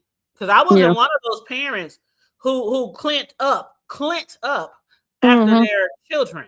No, I don't do that either. Like they were putting toys away, cleaning their beds. I don't care how fucked up the bed look, but you're gonna do your best to straighten up the bed, and we gonna walk out the house. I didn't go behind them. I try to teach them, here you do your bed like this, you do your bed. But when they little kids, they do what they can. I ain't gonna press it too hard. But as they got older, I want that room to be spotless. I want the bathroom to be spotless. I didn't play when it come to my house, especially the bathrooms.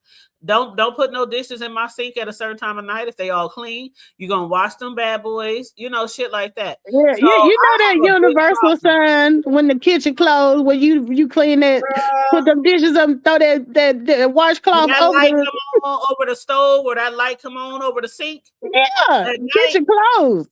That means you better make you a sandwich. You better grab you some cookies. You better, something some finger foods. Shit, you better get you some finger foods. Shit. Exactly. Don't mess up nothing. I'm gonna tell my sons real quick.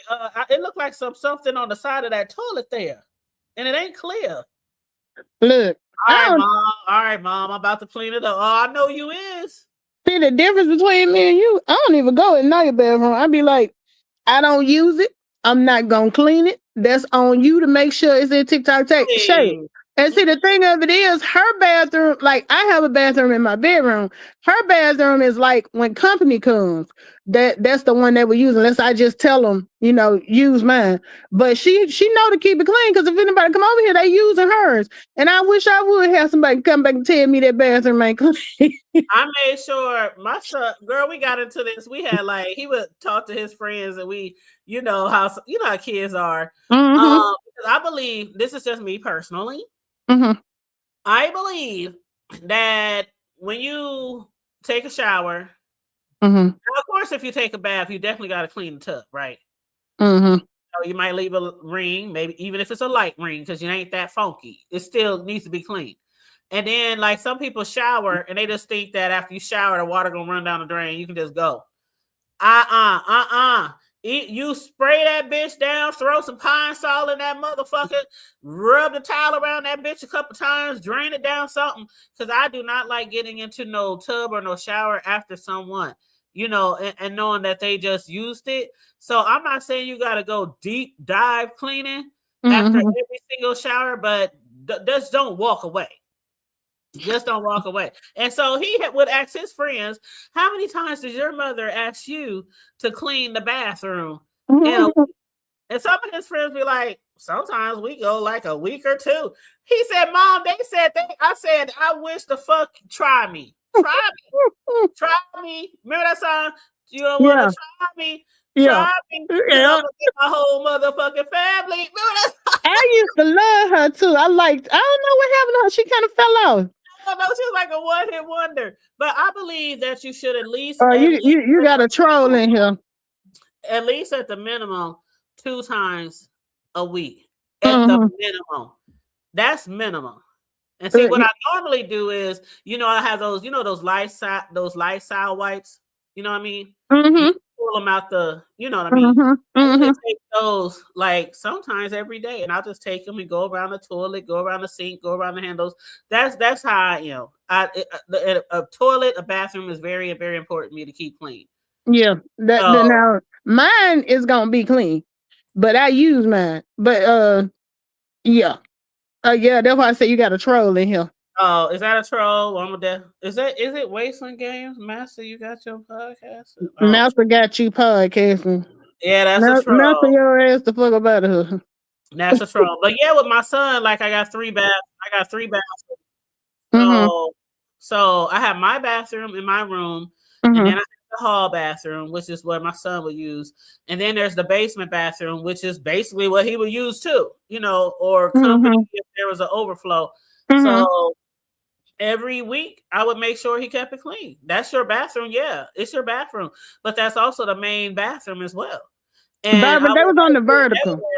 You would never embarrass me and have a dirty bathroom and I have company over. Yeah. So yeah.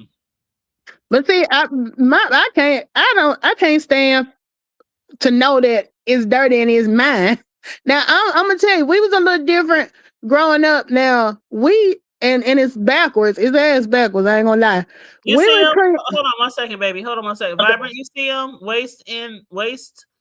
They in the vertical. I think she in the regular one. I'll get them. Go ahead, Mel. I'll get them. Damn, what was I saying? You know I got a. You're talking about bathroom. Yeah. What we would have to do, we had to clean the tub out before we took a bath. Behind whoever, before you take one, you clean, and it's backwards, but that's how we used to. Like before we take a bath, we had to go in there. Back in the day, it wasn't these cleaners you got now. You had a can of Comet, and you had a cleaning thing, a scrub brush. We ain't had no spray stuff. We had old fashioned Comet. See, I still use Comet. I use Pine Do you Sol. really? I use Comet. See, I done got fancy now. I do the Clorox spray and stuff. I don't do the.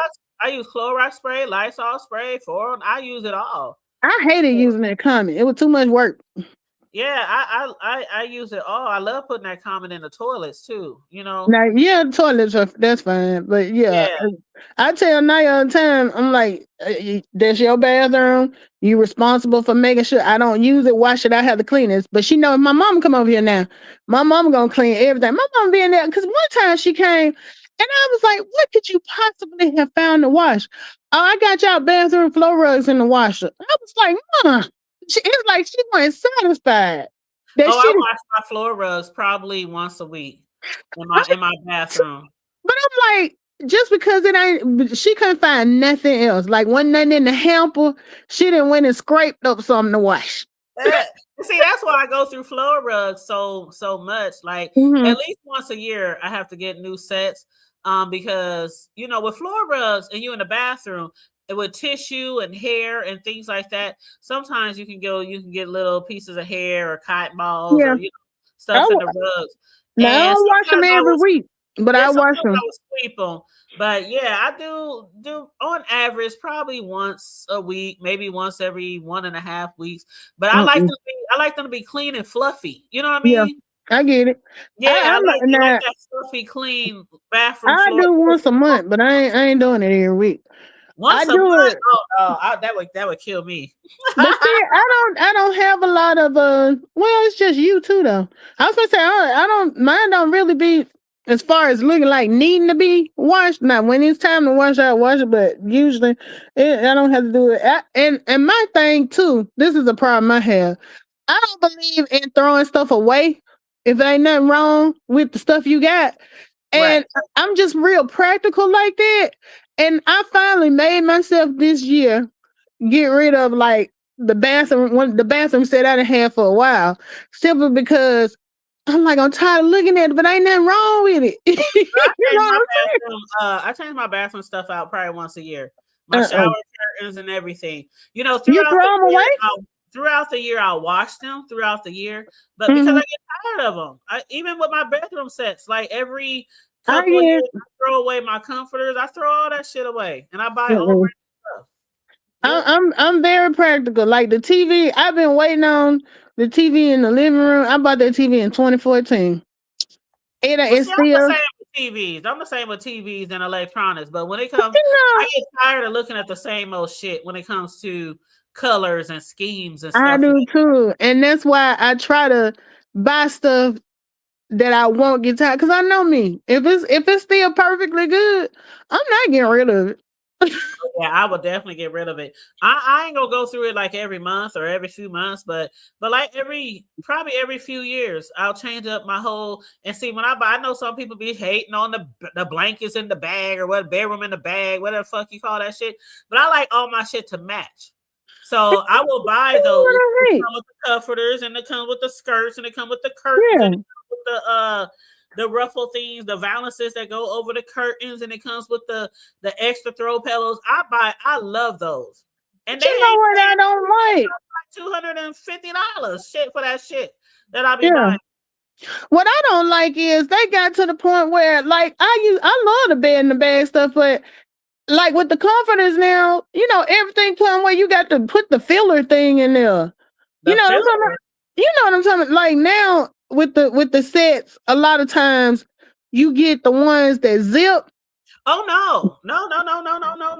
I need to see. I like the old school one. About the I know what you're talking about. What are they called? Vibrant. Do you know what those are called? The blankets where you can put a blanket inside the blanket. I was so disappointed. I was ordering something online, and when they sent it to the house, I said, "I know this box too flat for it to be a comforter in here." I will send you the link to where I send it to me, because like even when you go in the stores now, like the decorative ones that they used to have, it's like it be the ones where, and I can't think of what the name of it is, but yeah, you know what I'm talking. It's not. No, it's not duvet. Is it duvet? It's a duvet. That's what it's called, a duvet. Look, I'm like, am I getting mixed up? What they call the toilet that spray the water up? I thought I was getting it mixed up with that one. No, the duvet is that thing that you're talking about where you put your comforter inside. Yeah, something like that. I bought some of those filler things, but it just ain't the same. Yeah, but the ones that I buy, they be like 20 or 24 piece. I mean, they send literally me the link. Everything, and every few years I just change up, you know, to have a different in my bedroom. We used to do it by season. Like my mom always changed up everything by spring, winter, you know, the bedding and everything, and she changed it up by season. And I was trying to kind of do what she was doing, and the comforters I got now I done had for years, because like when I started looking for new ones, I kept running into all these damn duvets and shit. Like I would even go to like if you know how you can go to the, and it's like the bedding section in like Walmart and Target and all that stuff ain't what it used to be. It's definitely not. It's definitely. I was so disappointed. And they don't have like everything. Like they might have the sheet and maybe the blanket, you know, but they don't have like that's why I like the bed in the bag, because they have so many different pieces, and your whole bedroom set is like a whole theme. You know what I mean? And you know what? It used to be one of my favorite stores was Bed Bath & Beyond. I used to love going in there. That's one of the places I was just about to tell you. That's one of the places where I get my bed in the bag. Well, see, we don't have the store anymore, and I guess they still have the online. Yeah. I be wanting to go. I used to love going in the store, because I used to be like, I'm not a big shopper, but when it comes to like places like Best Buy with electronics and stuff, when it comes to like Bed Bath & Beyond where you can get house stuff, I love going in there finding shit that I never knew that I needed. You know, like the home store, just like the home store. Like when we had the Bed Bath & Beyond, I went there, but I was just saying that you have to order it now. That's all. I was just saying. I was disappointed in there. I liked going in there, touching stuff and feeling it and checking the quality. But me too. But I you know, when COVID came and everybody was trying to save money, a lot of those brick and mortar stores went to just being online. Well, that's just like today. I was looking at Lazy Boy recliners because I want one for my bedroom, and only thing missing out of my bedroom like is a Lazy Boy, because sometimes when I go from the main part of the house and it's getting late, I don't want to fall asleep in my living room. I want to go to my bedroom, but I don't want to get in the bed. Yeah. So I might still want to sit up, read a book, watch TV. So I need to get me a recliner. So I was looking at some online. I said, fuck that shit. I'm going to just go to the store, to like the Mart or one of the furniture stores, because I want to actually feel it, see how it feels reclined, see how it feels, you know, and I'm a thick girl. So I have to make sure it's comfortable for me. Yeah. And all my thickiness, you know what I'm saying? So I'm going to go shopping and actually find one and then have it delivered. Girl, don't, when you said lazy boy, my stomach be turning. You know, I one of my stories I tell with the finance thing, lazy boy will always be on my shit list.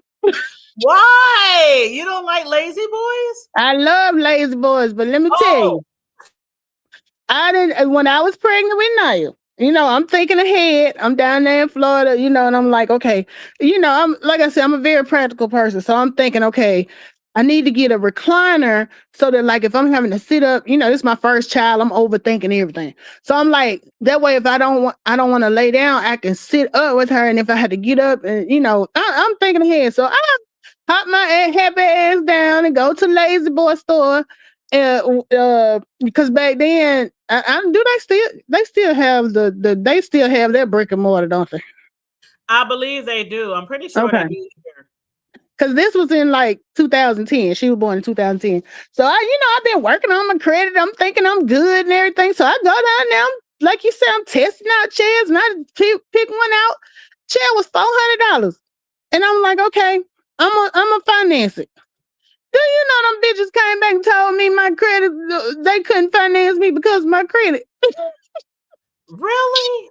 I was more embarrassed than I was mad. But you know, I'm also pregnant, so emotions and stuff. So girl, when I got in the car, I was like, on Friday, she gonna cry when she get in the car. I got in the car all the way home because they turned me down for that fucking $400 chair. And I'm just like, but I've been paying, you know, I'm talking to my husband, I've been paying my bills on time. I've been with my stuff. All that shit. That's one of my favorite times for Friday. But you know what's crazy is back then it was $400. That was in 2010. That was still a lot of money back then for a chair. But them bad boys is so comfortable. Oh my God. But they hurt my feelings so bad. So I got this on my page. I got one of this commercial where I got Birdman in the background, and I'm like, I got a picture of a Lazy Boy, and I'm like, it's 15 years later, and I'm still looking at Lazy Boy like, y'all gonna put some respect on my name. Girl, I'm about to go get me a Lazy Boy. I probably go this weekend because I used to have one long time ago, and that was an actual handy down from somebody in my family who was moving, giving away furniture. So that one already had a little wear and tear on it and stuff. So over the years, it didn't come with me when I was moving around. So I haven't had a Lazy Boy in many years, but I want some so bad for my bedroom so I can just be chilling in there at night when I'm not ready to get in bed, but still want to be in my bedroom, you know? Right. Well, I did end up getting me one. I ended up ordering it from JCPenney, but to this day, every time I pass, and I know it's childish, but every time I pass a Lazy Boy, if it is a store, I throw up my middle finger and be like, fuck y'all. I know that's. I was like, I'm so embarrassed. My baby can't even finance a $400 chair. Girl, I was going through it. Oh my God. Well, you know what? Before we end the show, I did want to ask you one thing because we're going on 2 hours and I don't want to keep you on here too late. But before we end the show, I want to ask you something because there was another comment on Seven's post on Threads. And this one said they heard that condos are a bad investment. And the person said they would love. No, this was this is 7. Oh, my bad. This is 7. She said this one. She said, I heard condos are bad investment. I would love to have a townhome, but the starting price for those are about $800K in Cali. Oh my God, 7 is so expensive in California. I said this the other day, and I kid you not. When I would move.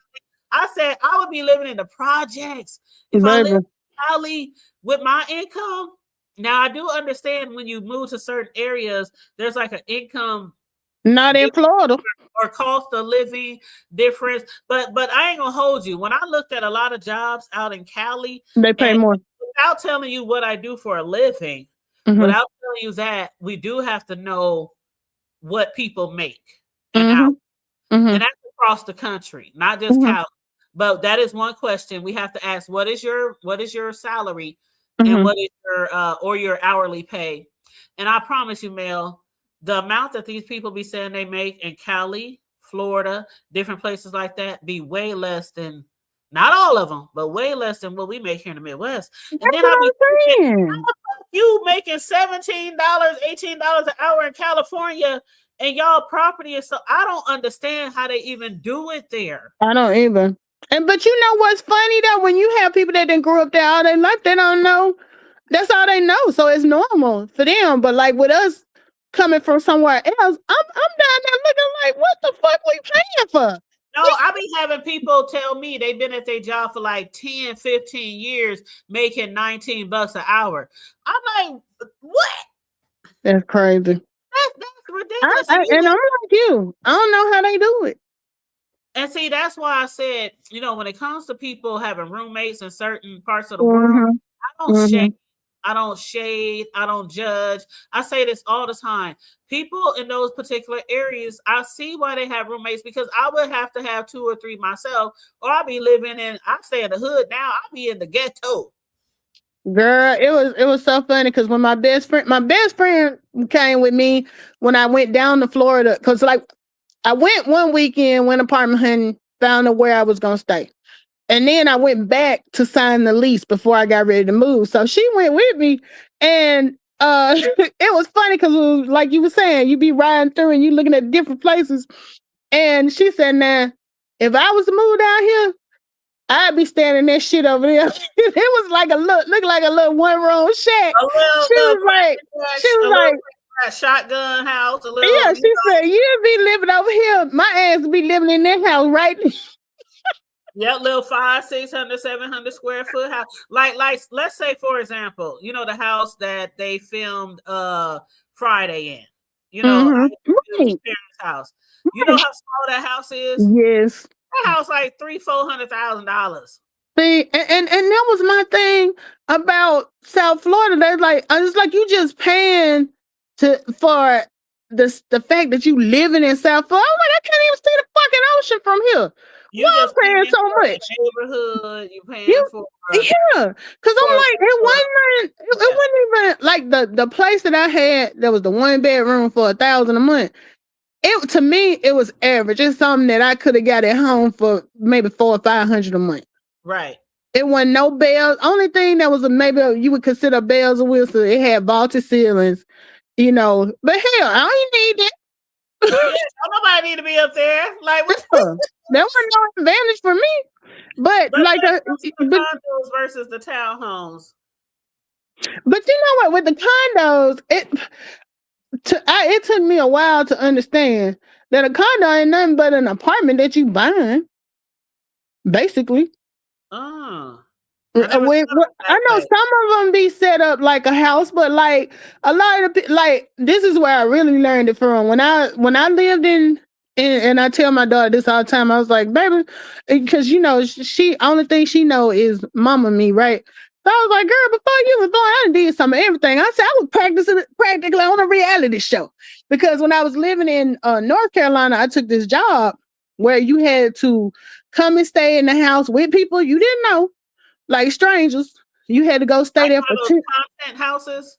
It was a condo. And you went, but when I got there, I was like, I'm thinking in my head, condo. I'm thinking, I don't know what I was thinking it was gonna be, but we get there and it was basically a 3-level apartment, because it was like, let me see, it was 2 bedrooms on the top floor. When you came in, it was kind of like how you described, like it was a basement area. It was a bedroom and a laundry room down there. When you came in the main part, the living room, the kitchen, and that was there. Then you had to go upstairs to go to the other bedrooms. The job required you to go stay there for was it 6 weeks or 10 weeks, I think, to do your training. Every week somebody went home, but it wasn't because you got kicked out or nothing. It was because everybody was coming in at different times. So when somebody went home, you know, you try to get the bigger bedroom because, you know, last in, of course, you're going to get. Because so when I first got there, I had a roommate. I ain't know nothing about this lady. She was from Virginia, a white lady from Virginia. Virginia, we sharing a room. And, you know, you have to know how I am to know that was so out of character for me. But when I got there, the whole point of the story, like, I don't know what I was expecting with a condo, but it basically is an apartment that they bought. You know, they own it. So the company would let us come and stay. And then I had another friend here in Huntsville. She had a condo. We went over for something in her house, and I'm like, shit, it's an apartment. She's like, yeah, but the difference is it's mine. Like I own it. But the thing was, when she got ready to move, it was harder to sell that than like trying to sell a house. Because everybody don't want to live in an apartment type setup. You know. Well, they say with condos, the things with condos, and I understand why where Seven might be coming from when she's talking about, you know, bad investment. I never lived in a condo or even a townhouse, but one of the things I do know the difference with condos is they say you own like the interior part, but then you got to share like maintenance on the outside. And with townhouses, it includes ownership of both the interior and the exterior, including the land, giving you more control and responsibility. Now with the condos, I never thought about. I guess that it makes sense though, because if you're connected, it's like an HOA, you know, because you have to share the expenses of maintenance and the streets and, you know, the ground. But you can do like whatever changes you want to do on the inside. It's technically it's your home. The inside, right? Only on the inside though. Now when I lived in North Carolina, I had a townhome, but it was a rental. But it was like, you know, upstairs, downstairs, where we weren't connected. It was your own town. So I guess in a way I kind of did rent a house before. But yeah, it was different though, because it wasn't like I was buying it. It was just an apartment complex that was it was like apartments, but they were townhomes. So, you know, I don't know how the townhome thing is if you're buying it. But yeah. Nice. I mean, I have seen some really nice townhomes, like really nice, and they might have like 3 floors. You get like your basement level where you can have like a finished basement family room, your main level, bedrooms, kitchen, you know, living room. Mine was 2 floors. I had an upstairs, downstairs, but I mean, the space was a little smaller, and I guess, you know, I could see where she's coming from because you paying all that money. And a lot of times the size is not going to be equivalent to what you would expect with when you buy a house for that price. You know what I'm saying? Yeah. And sometimes it also depends on where you live. Because like, if you're like, okay, you know, we have a lot of, well, even though there's tornadoes and stuff down south too, but for the most part, if you live in anywhere in the Midwest, everybody has a basement. Mm-hmm. Like every freaking house has a basement. So a lot of ours are like that. They have townhomes have basements too. So yeah, you got the basement, then you got your main floor, then you might have your 3rd floor, which is the second above ground floor, but you know. Yeah, ours are a lot of the houses here like that. When you walk in, you already are on what I guess technically, if you count going down to the basement, you already on the 2nd floor. But when you walking in, it don't feel like you're on the 2nd floor. You know what I'm saying? It feels like you're in the basement? No, when you walking in the main part of the house, it's like if you didn't have a basement, that would be your 1st floor. But usually there's a stairway that goes down to the basement. And then there's also might be a stairway that goes up to the next floor. So technically it's 3 floors. Right. But it don't feel like that because when you walk in on that 2nd floor, it's like that's the street level. Right. Yeah. That's how it is with a lot of places here. Right, I got you. And now, we never lived anywhere where we had a basement though. My parents only had 2 homes, and neither of them had basement.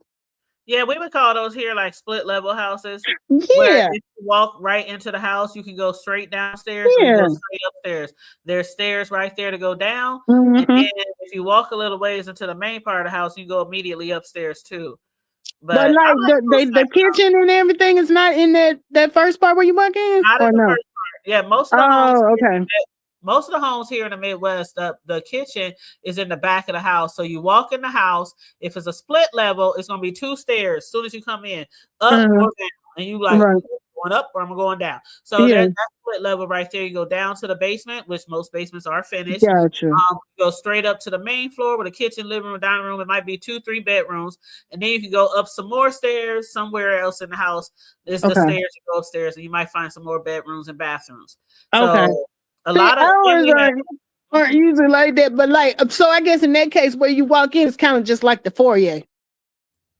Well, kind of just it maybe not be so big, depending on the style of the house, how new the house is. Of course, newer houses have bigger foyers. Okay. Older houses is not really a foyer; it's just like the top of the basement stairs. Just the Gotcha. you know what I'm saying. But yeah, and then we have like a lot of cities have the older homes that are like 2 or 3 floors that are just big square ass houses. You know what I mean?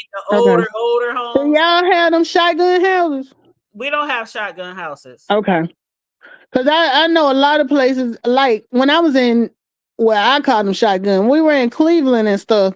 It was like literally you could open the front door and shoot down the hallway and the bullet to go out through the back door. That's just like Louisiana, New Orleans. Now, granted, we might not have shotgun houses, but we do have some areas with really small houses, but the doors don't line up like a shotgun house. You know what I mean? You might walk in front and it's a whole living room. You got to turn a corner to go somewhere else, and then turn a corner and go somewhere else to the back door. So it can still be a small 800-900 square foot house, but it ain't like a straight shot from the front door to the back door. Our houses are built a little different. Like they're really sectioned off.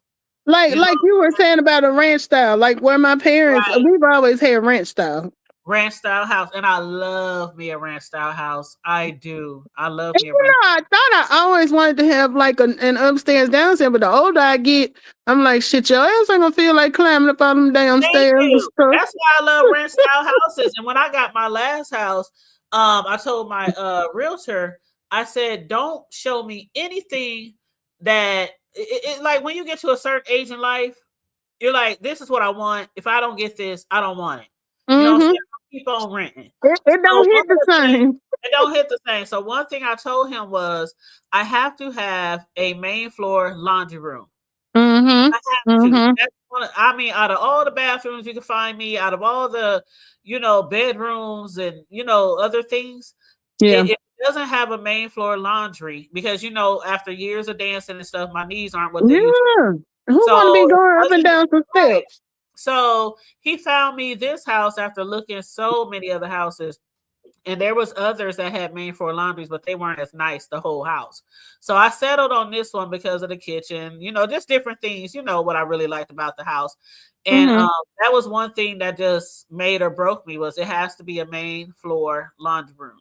And this one happens to be basically in the kitchen, off to the kitchen, in its own separate laundry room with the door, closets, all that kind of shit in there.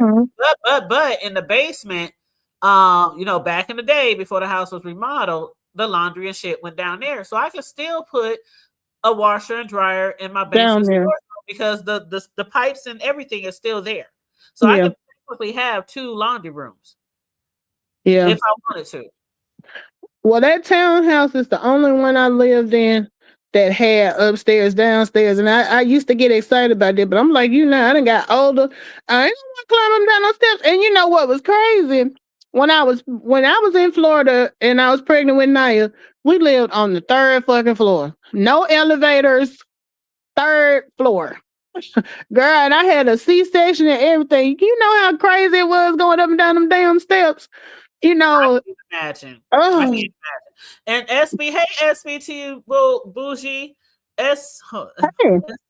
SB2 Bougie. Hey S2, I'm gonna call you 2 Bougie, okay? But they said the way our architecture in Boston, Massachusetts is weird. They now have open space, living room, dining, kitchen, and then they said they hate the open floor plan. House. You feel like the kitchen could be in the bed. Kitchen is supposed to see that's how a lot of houses here are in the Midwest. The kitchens are in the back, but I guess I guess that makes, because I was finna say, like, the way our houses are, I'm so used to when people come in, they come in through the kitchen. So I always considered the kitchen the front of the house. But I guess, yeah, I guess technically, if you're front, because the way ours is set up, like the house we live in now, when you pull up, you can either come in the side door or you can come in through the front door. If you come in the front door, I guess technically the kitchen is kind of in the back. Right. But where we grew up, everybody came in through the side door with the carport. So, when you walk in, you in the kitchen. So that's why I never understood when people would. I've seen a lot of homes like that here Mm-hmm. in the city, where if you come through the side door, the kitchen might be there, because most homes in our area, the kitchen is in the back. So you might have a back door to the kitchen, or you might have a side door to the kitchen. But it's one or the other, either the back door to the kitchen or the side door to the kitchen. But the front door is usually always the living room. Yeah. But see, the way ours was set up at where I grew up, you came, not people, and that's another thing. People didn't really, you knew it was somebody that wasn't family or friends if they came to the front door, because all of your people knew to come to that, by the carport and knock on the side door to come in. So that was kind of like a thing too, because like you come up on the front porch, you come in, you enter the living room. Then you know how it was back in the day. You got that open doorway that go to the kitchen. If you go to the left, you're going down the hallway where the bedrooms, bathroom, all that is. If you go to the right, you're going to the kitchen, the laundry room, and that side door where you can go out to the carport. So that's the way ours were set up. Yeah. And see, the only time I ever prefer people to come through my back, which either if you come through my back, you're immediately, as soon as you walk through the door, there's stairs right in front of you. So you're going to immediately go down, or you're going to turn to the left and walk up 2 steps into the kitchen.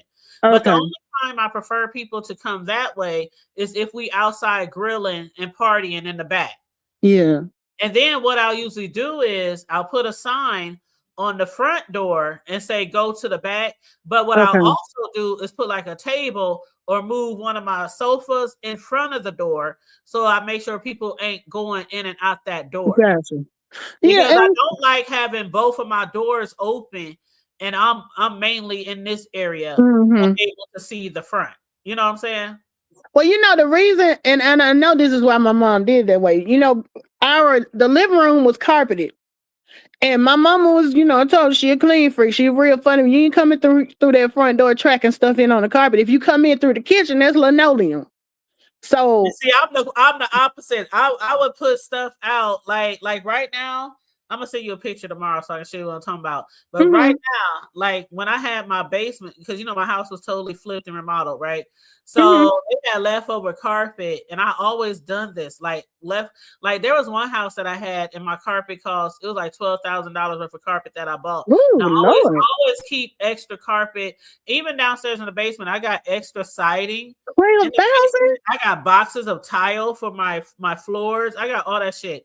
But I had them cut a big piece of carpet that goes right in front of my door, and it matches the carpet like in my basement. So I prefer for people to come through the front and wipe their feet off on some carpet, then walk through my kitchen and track up my floors. See, yeah, my mom. And you got to keep mopping. So yeah. See, my mom is the opposite. She'd rather sweep something she can sweep and mop before you mess up her carpet. Well, see, I have a protective area. Like I said, I have a protective area. But you know what? Did y'all have them old school plastic runners too that you put on top of the carpet? No, I'm saying the Midwest and the South were practically the same, baby, because we had that too. When the folks did come through the front door, and you fuck around, let that damn plastic thing flip up, and had them little spiky parts on the back. Oh my God. And you barefoot. Have you ever tripped over one and failed? Yes. And back in the day, the telephone was like right there where you come through that entranceway where you go from the living room to the kitchen. We spent all our time laid out on the floor in that little open doorway. Because we ain't had them. This was before the what you call it? Cordless phones. So you were right there in that kitchen because we weren't allowed to have phones in my room. My parents had a phone in their bedroom, and we had that one phone in the front that was in the kitchen. So if you had to talk, your conversation was right there. But I used to hate those runners. Not only were they a tripping hazard and they really hurt if it accidentally flipped over and you walked on those spikes, but they still get just as dirty as like the Nolia people walk in with all that snow and stuff, in the Midwest. Oh yeah, y'all got that. Stuff like and that. Then the color would start changing and start looking all yellow and stuff. And it would rip. And it would rip. Mm-hmm. I hated that shit. Yeah, my mama was real funny about that. You wouldn't come. Our living room was just for, and when didn't nobody get to go in there. Our TV was in the kitchen. We had company in the kitchen. You only use that living room if it was like, we never really use it until later on they did put a TV in there. But for the most part, the living room was like for show. You ain't sit in there. Yeah, I know a lot of people who have houses like that, but it also depends on what kind of house, how it's shaped, how it's built. Mm-hmm. Some people, they ain't got no extra room to say don't sit in that room. That's like the only seating area. So kind of like what she was saying about the open house plan. Right. And then when the 70s came around in the 80s, that's a lot of people having those split level homes, and also a lot of older houses being remodeled with finished basements. So people would have people go to the basement and go to the finished area where they would be TVs and rec room and bars and so you mess up their other part of the house. Right. So you ain't gotta sit in the main part of the house. Yep. I love a basement. I have to have a finished basement. I have to, because I told you this before. When I grew up, our houses that we lived in was not the best. And the basements, oh my God, they were so freaky and creepy and damp and dry. Okay. I used to be scared to go down there to do laundry. I mean, I'm telling you, these are the homes I grew up in. So as I got older and started getting my own shit, I have to have I have to walk down there and feel like I'm upstairs. You know what I mean? Yeah. Like it's not just a throwaway room. Yeah. When I walk down to my basements, there's TVs all on the walls on both sides of the basement, wall-to-wall carpet, living room, dining room, bathroom. I have to feel like I'm not in a basement. Yeah. Otherwise, it creeps me out. It really creeps me out, and I don't want to be down there. But yeah, we never had a basement. We always had like just a flat, ranch style. So girl, when that motherfucking tornado come through, I done went live a few times during tornado watches. I'll be in the basement chilling. Fireplace down there, TVs. Well, we always had like designated areas because we get a lot of tornadoes. I was born during a tornado. I didn't told that story before, but we get a lot of tornadoes here too. And usually people have like an area where they can kind of like on Wizard of Oz. You know how they go down and close that thing up. Yeah, a lot of people have those. Like a crawl space kind of. But what we do, it's not a crawl space, but it's. I forgot what they call it too. Like a we had a house. It is a name for it. Yeah, when I was younger, one of the houses we had like a shelter. Yeah. Because we had like a crawl space as the basement in one of these older houses when I was growing up. So it's just a crawl space where people could go under to like do the utilities or something like that. You know what I'm saying? And so then we had on the outside of the house where you can lift up this, like Dorothy and them, you can lift up the lid. And then you climb down into this little basement area. Those are creepy. Yeah, they are. Oh my God. And usually don't nobody go down there unless something going wrong. So you don't even maintain it. That bitch got to be on top of my roof before I would go down to them storm shelters. Because I'm telling you, storm shelter. I would lose my breath in creepy basements. It's like, I can't. Well, where we at now? C23. Hey, how you doing? Hey, what we do over here? Because we're on our apartment is on the first floor, and what me and Knight do whenever that tornado thing, because we had it going off last Wednesday, we go in the laundry room. We got a laundry room in the middle of the house. One time we was in the bathtub where I had her put on a helmet, like her bicycle helmet and stuff.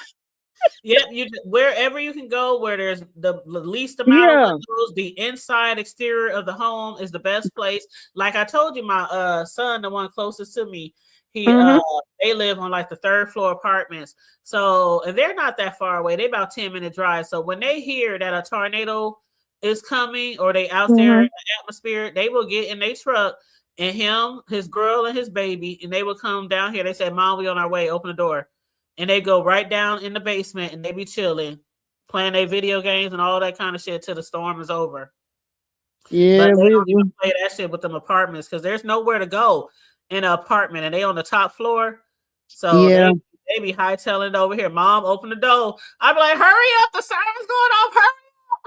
He be like, "Girl, it was so funny. We had moved here, and I think Naya was probably about 8 or 9, and my dad would kill me if he knew. But I had to run out, and I left her here because I was coming right back. Well, when I came back, Naya had to pack her bag. She had a coat, had her little suitcase, a flashlight, and was in the garage waiting on me when I pulled up. She's like, "Mom, I had to be prepared. I didn't know what was going to happen because it started storming." When I go downstairs, when I go to my basement, I always pack my laptop. I pack a flashlight, some water. I get like 2 water bottles. I grab like a box of crackers or a bag of chips. I grab my cell phone. I grab a portable charger. I grab my pistol. I grab what else do I grab? Let's see. I gotta make sure I have my pistol, my keys, my wallet. That's about it. My flashlight and stuff like that. So I grab that's my emergency kit. That's basically what I grab. And I go downstairs and I chill down there until it's over. I see Ashton put something in there about the hurricane. When I was in South Florida, I couldn't get used to that shit. That was crazy for me. Because where we have tornadoes, you don't have like 2 weeks to get prepared. So it was hit and miss. And it's hit and miss. Yeah, it was so weird. Hurricane. And I told them, and at work they had us. They was talking about, who was gonna come in and do. I was like, "Shit, y'all tell me a hurricane coming, you give me 2 weeks." I told my mama, I said, "They're gonna be calling you talking about, is Lisa all right?" Mama gonna be like, "Lisa sitting right here. She came." Cause I was like, I'm packing up. And then when they would start talking about, they tell you to get your, like you said, your toolkit, like some what is it? The dry goods and all that type of stuff. I said, "Shoot, my toolkit, if I'm stuck here with a hurricane, I'm gonna give me some liquor and some Ambien. I'm gonna sleep through that." Liquor, I forgot. The liquor. I knew it was something I was forgetting. I make me a drink before I even go downstairs. And then I bring my liquor and what up, Fish Scales? How you doing? Oh my God, that's my son's cousin. Hey, you better ask your cousin. He got one. He said, "What's that? Not the pistol." See, your cousin can be at the gun range more than I do. You better ask your cousin Cam. That's part of the emergency kit, the pistol. That's part of the emergency kit. Shoot, I can't allow somebody to find out if something really happened to the house. It's gonna be right next to me. Yeah. Shoot, but yeah, I was like, shoot, I ain't buying all that shit. I'm gonna take my Ambien and I'm gonna keep me some liquor. And every time I wake up, I'm going back to sleep. And tell your mom I said, "Hey, Fish Scales." I was just talking to her like a week ago. Yeah, we was talking about a week ago. About a week ago.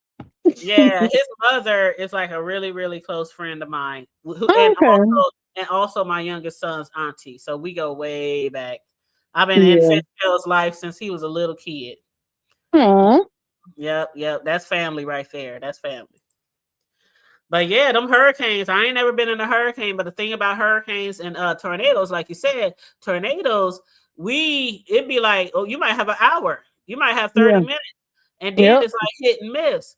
With a hurricane, shit, they will take out a whole city. It's like it creates so much panic, though. Well, not panic, but like, okay, anxiety. it's more like anxiety because it's like they keep telling you it's coming, it's coming, it's coming. Because we never did get one while I was there. They threatened a couple while I was there, but we never actually had one because I moved there after, Sandy and what was the Katrina. I moved after all of that, but they were still recovering from. They were still recovering from them. I can't imagine when I watched the footage of Hurricane Katrina. Do you know that whole time? I mean, months and months and months and months. That's probably the most time I ever cried in my life. I know, it was so sad. It was so sad. I mean, and it went on for months and months and months. Because even after the storm was over, people was in tents and relocating. People were searching for their kids, for their grandma, for their, it was so sad. And then people complaining because FEMA wasn't giving them no money, that the house that they was living in was moldy, and insurance companies didn't want to do nothing. Insurance companies didn't want to pay. It was so sad, and they was moving people all over the United States. We had a lot of people come here.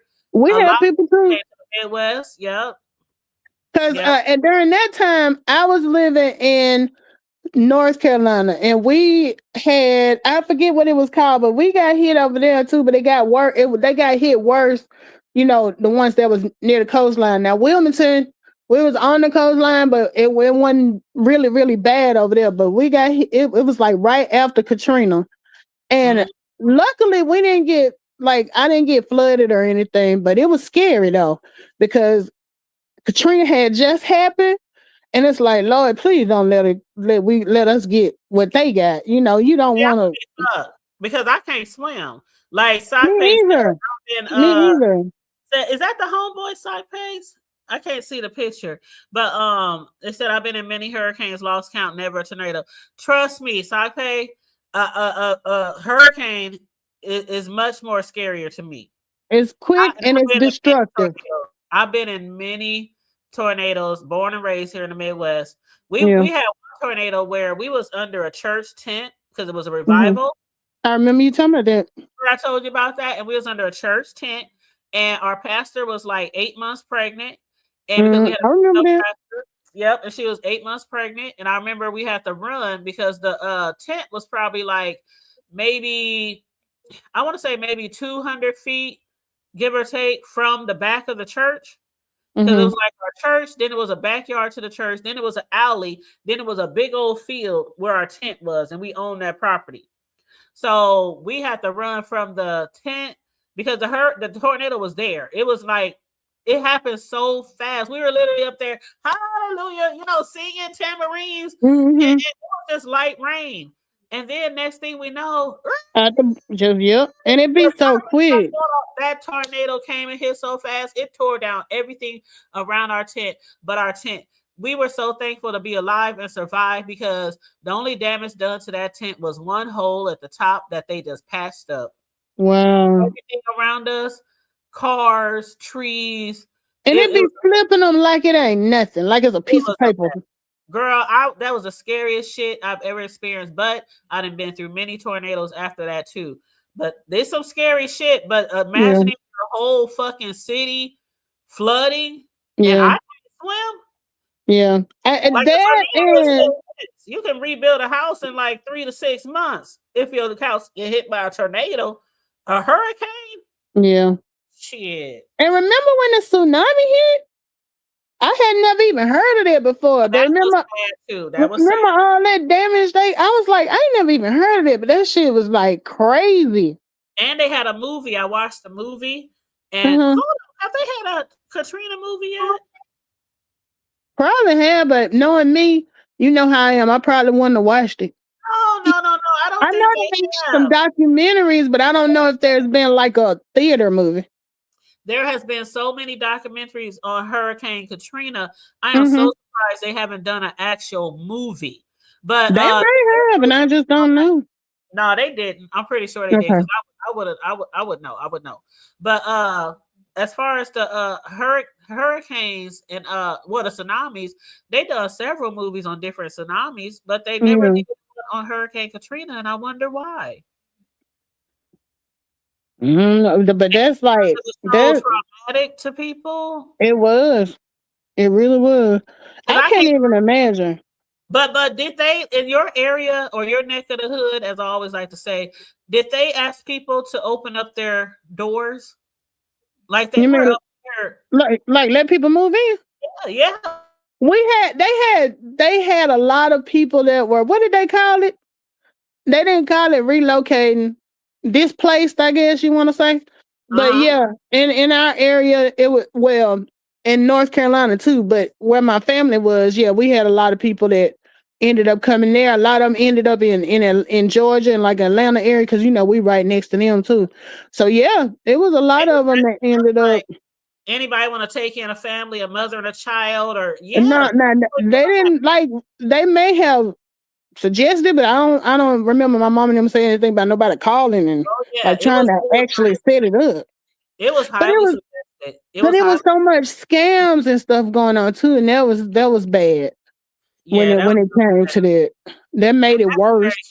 Makes you not trust the government, because if it's a disaster like that, like even with the shit, remember the most recent hurricane that happened in Florida, and remember the president, like they didn't even get there. Like people were weeks and weeks without power, begging the president to come down. And Puerto Rico, remember that? Puerto Rico. Thank you, because remember he was throwing paper towels. Mm-hmm. That's it. But I think but it hit down in Panama, Florida too, around that time too. So I think out there throwing paper towels at them people. And I'm just like, yeah, he don't, yeah. But that's who they voted. That's who they voted for. He has no compassion. But yeah, all of that stuff was crazy. But my mama said when she was in the hospital having me, they was in there with flashlights because the tornado came through that same night. Power was out, couldn't see none. Everything was crazy. So my mama used to tell me, you came in this world like a storm and you've been storming through here ever since. Because I used to tell her all the time, I was like, I might not even be your child. I might belong to somebody else who got some money. She said, well, if they was at Decatur General, they ain't had no money either. So you with the right family. They usually it's the calm before the storm, but it's the storm before the calm. She was like, trust me, it wasn't no rich parents in that hospital. You ended up good with us. Child. That's funny. You know what? You should get next time, Tony, if you are with Tony, you need to get him to tell you the story. He actually, like, he was you know how they have the wrong baby? Him and one of the people, he actually ended up being in class because, you know, we're from a small town. So they was born around the same time. They sent his mama home with that baby and was finna send Tony home with another lady. What? Yeah, I was like, that actually. He was like, I kid you not. He was like, I can call my mama right now, because she said, he was like, my mama was like, this baby is too, you know, and I ain't gonna lie. When I had Naya, I was so sick and so out of it, I didn't know what the fuck she looked like. They could have put any baby in front of me and told me she was mine. So I get it. But he was like, his mom was like, nah, my baby is more lighter than this.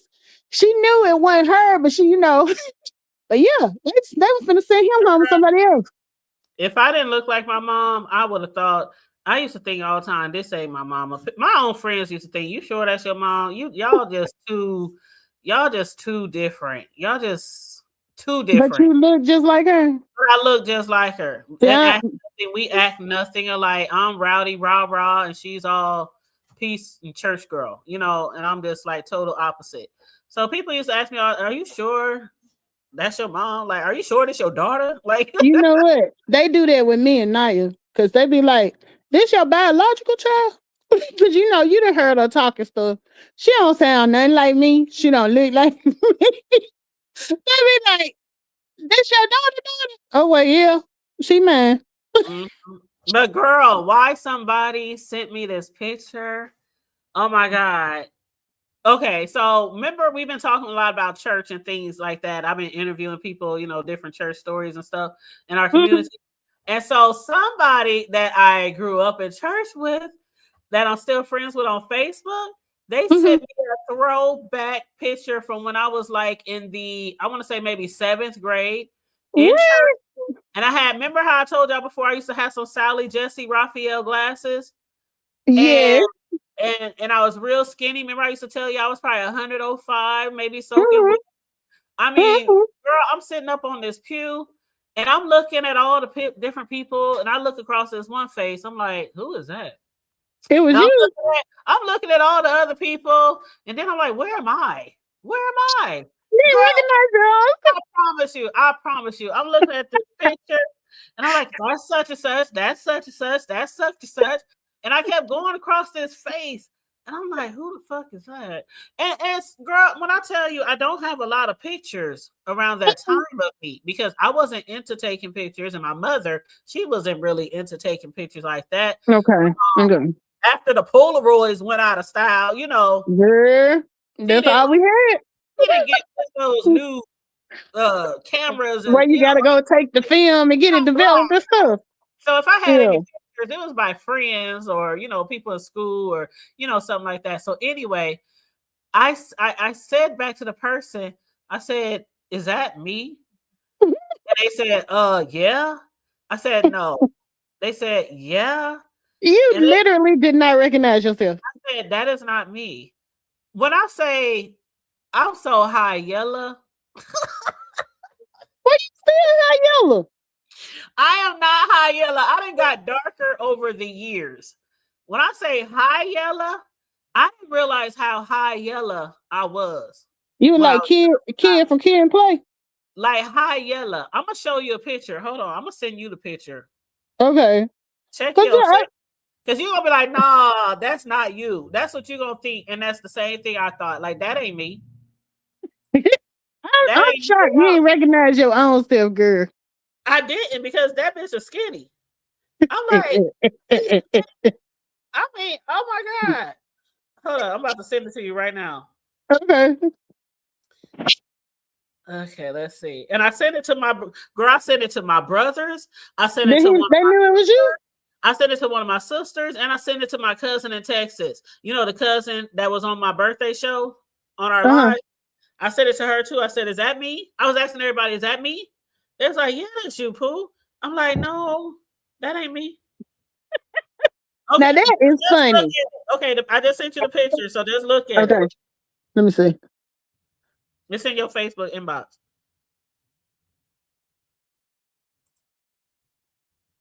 Good night, Ashton. Thank you for joining us this evening. She said, "Y'all can't swim." Am I still? Can you still hear me? Hey. I hear you. Okay, because when I clicked over, I thought it had kicked me out of the live. Girl, that don't look like you. I'm like, that's not me. You had to tell me to look for the Sally Jesse glasses. Look how little. Yes. You was a little bitty something. And how old you say you was? That had to be like 7th grade. So like 11 or 12. That was, well, let's see, 12, 7th grade. Usually 7th grade is 12. Probably. You might have been about 11. I'm probably 13. No, I was 13. Because I remember because I was on my way to 8th grade. So I was probably approaching 13. Well, the other picture you sent, weren't you a freshman? It was like 12 or 13. The one that I showed you when I was a freshman with the red Sally glasses too. That was older than this one. So that's what I'm saying. I think I was 13 in that one. I was like 14 in the other one as a freshman. Okay. Yeah. Yeah, because you look young. Yep. I was like that. Yeah, I wouldn't have been able to pick you out, but I'm surprised you couldn't pick you out. But do you see the girls, your little younger girls sitting next to me, staring up to me? Mm-hmm. Those little girls used to follow me around the church all the time. Like I was a superstar. Why? Because you were whooping folks' ass.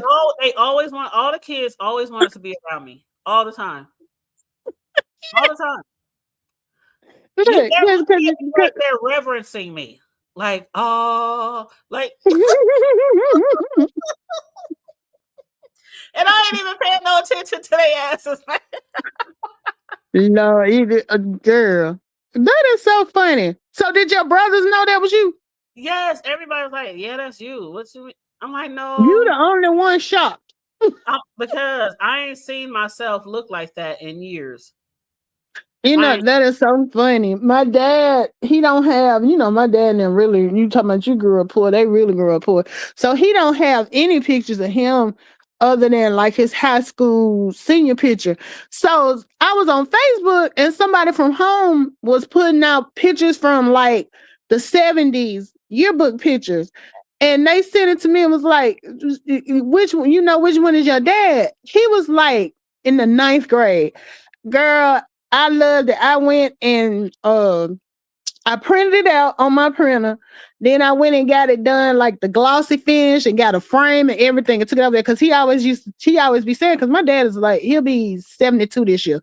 And he was like, I wish I knew what I looked like back then because I ain't bought no school pictures or nothing like that. For real, for real. So when I showed it to him, girl, he was so emotional. He was like, is this me? I was like, is you? Girl, I'm about to print this picture. I got some, because I do like crafts and stuff. So I already got like, the photo printing paper. Mm-hmm. I'm gonna print this off. I'm gonna print this off on a photo, and I'm gonna get a frame. That's what I did for my dad. I'm gonna send you that too. I printed it out and then I did a Facebook post of my brother when he was in the 9th grade and my dad at that same age and put them side by side. Girl, they look just alike. Wow. Just alike. I was just shocked. It just took me by surprise. So when I asked him, I said, "Hey, do you have any more pictures? I mean, where the fuck you get these from?" And both of our mothers passed, so I just assumed maybe he got it out of his mother's belongings, photo album or something. And he said, "No." He said, "I've been having these pictures for so long." He said, "I think I stored it away when I went to the military, and when I came back, I just never went through a lot of my old stuff." And he said, "I just happened to be going through my old stuff and came across a whole bunch of pictures." And I was like, oh, if you got some more, please send them to me if you got some more pictures of me. I feel so bad because I keep all of our family photo albums and stuff, and I had them in my office on the floor. And when the flood happened, I still haven't gone through to see how much damage has been done. But they still out there. They still out there in the garage because I'm like, when that happened, we was just getting stuff out of the house and moving it, out of that water and stuff. But I gotta go through. You think it might be moldy? I don't know if it's moldy, but you know how, because a lot of them were Polaroids and stuff. These like old family pictures and stuff. So I'm thinking even if they didn't get molded, they probably water damage, Yeah. But I said I was going to go through the album and I needed to be, the whole purpose of me getting all them albums, I meant to scan all those pictures in so we could have them digitally anyway. But of course, I never got around to it. But like my mom and dad's wedding pictures that were in there and all this stuff. I hate to go through it because I hate that it's gone. I hate the fact that they messed up like that. But hopefully the damage ain't too bad. Because I'm the one that albums because my dad and hey Stacy, she said I'm late to the party. That's okay, love. That's okay. But yes, y'all make sure y'all like and share the video, please and thank you. But yeah, my dad when my mother passed and he finally moved out of their big old house and moved into a smaller place, he brought me her urn and he also brought me a whole bunch of photo albums.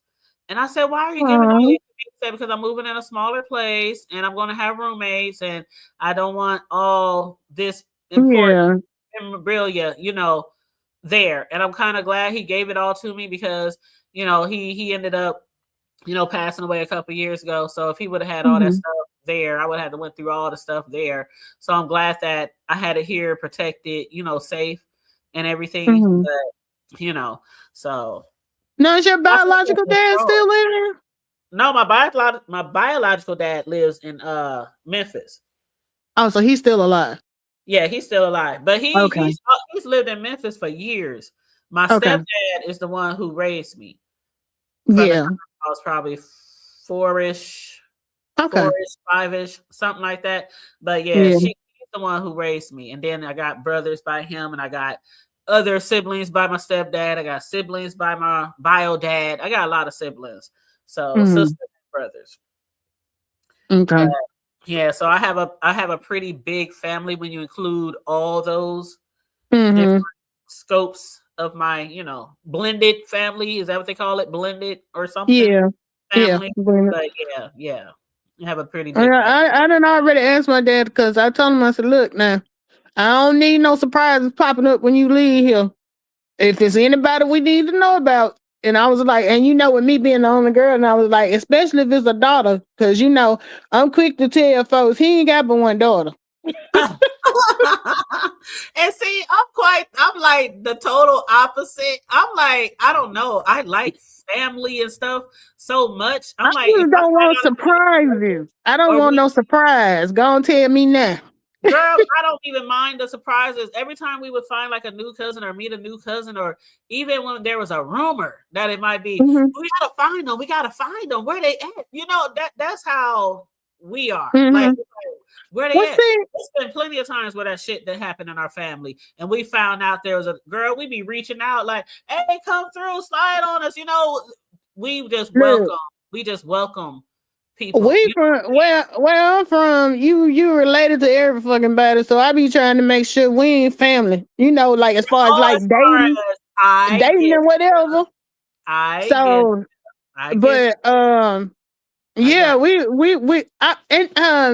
I'm real big into the ancestry. I actually found family on ancestry.com and linked up with them, and I thought that was pretty cool, because I found a cousin that lives in Florida. She was adopted, and we got together based on her information. We put our heads together and figured out, who her dad was, because my mom has a big family too. And we knew she was born in Boston, and my mom had two brothers that left home. You know how they leave home and migrate up north. So she had two to move to Boston, and we knew it had to be one of them. And we were able to figure it out. I thought that was so cool though. And like, I went on Facebook after, and introduced her, tagged everybody in the family. So I had one cousin gonna come through and be like, now where she comes from? Like she worried, the girl. I was like, girl, she was raised better than us. She ain't trying to come get, we ain't got no money, no way. It ain't like she coming down here to take no fortune here. Don't be acting like that. Yeah, the few times that have happened over the years where, we find out there's a, somebody else, we just welcome them out. We'll hear, like one person will hear about it, then the word will spread. But where they at? What's their name? Who they mama? Where they live? Yeah. Invite them over. Let's go get to meet them. Hit them up on Facebook. Send them a friend request. That's how we do. Like I'm like that too. Yeah, but I get what you're saying, where you don't want those type of surprises and end up fucking around, or your child might end up messing around with somebody who might be related to them, which is always why it's so very important that your family has like reunions or at least get-togethers, often. You know what I'm saying? Because that stuff can happen. Well, I love later, they popped up by their first cousin or some shit. I love the ancestry thing, but my dad was like, leave that shit alone before you fool around and so he said, let them dead folks. He said, let them dead folks stay dead before you be in there cover some shit folks don't need to know. That means we need to, I'm rubbing my hands together. That means we need to do some investigating. Well, he said, growing up in the South, people did stuff they ain't had no business. There's a lot of people, because like, honestly, it was a girl that was in my class at school, and I was one of them kids that was around a lot of grown folks. So I knew the girl's dad had outside kids, but I didn't realize she didn't know. So I ended up saying something to her about her half sister, and it was news to her. And then I felt so bad because she didn't know. So it was a lot of, a lot of creeping and improper relationships and stuff and all of that. And then, and it was just crazy. But yeah, because the South is the South. A lot of things that have went on in the South was kind of forced on people once upon a time. It didn't matter. You know what? Your mama, your sister, your cousin, massa didn't care who you were related to. They just wanted to procreate. You know what But I'm my saying? thing was that ain't just the South though. Niggas creeping everywhere. I mean, I'm just saying. It was But really I popular get what you for them to I be get what you're forced saying. to do things they didn't even Mm-hmm. want to do.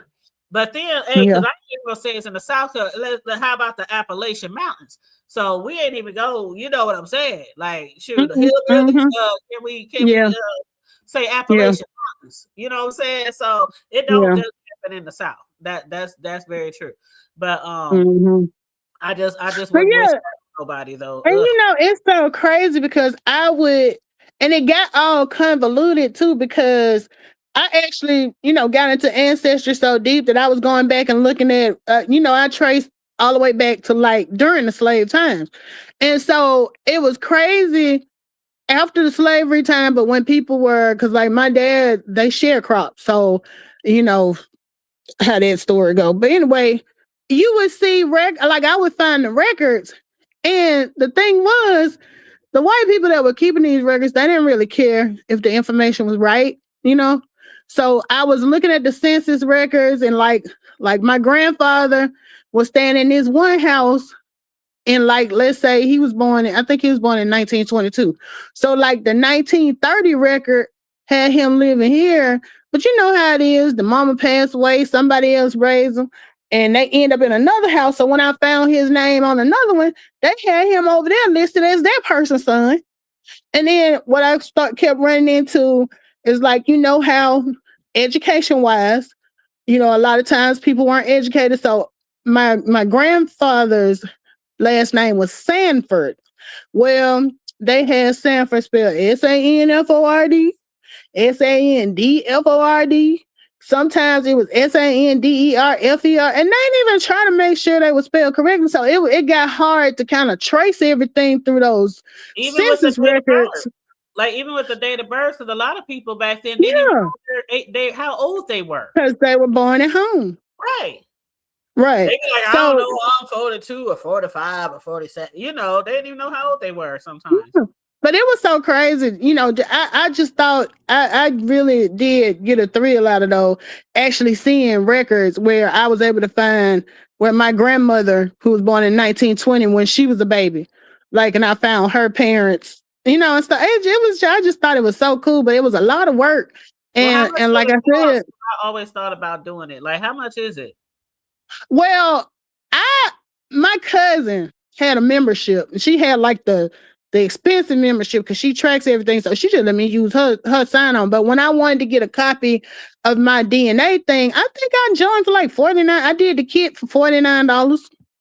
Oh, okay. And I did mine and I did Naya's. And what I thought was so cool, because you know Naya's half Jamaican. So when hers came back, it showed that her ancestry went back to Jamaican. And I was like, that is so fucking cool. They can tell that from the damn blood. You know, because it went all the way back to like what parts of Africa we were from, and it showed that she was I forgot how they did it, but like her dad is from Montego Bay, Jamaica, so it showed that she was of Jamaican heritage, and I just thought that was so cool. Yeah, and that's also how they, you know, when I was in college and I took African American history class in college, that all that stuff was very interesting. You know how in African American history class, they basically study how we got here, obviously. Right. And we watched those videos and those documentaries of how they use the blood, and they traced it all the way back through people's ancestors, all the way back to the first person, the first Black person. Then they show which people went this way, which people went to Asia, which people went here. And they show you how all the continents were together and how the continents spread apart, and how, because one thing I always wondered, because when even in going all the way through school, all the way through high school, there were still certain things that they didn't teach us.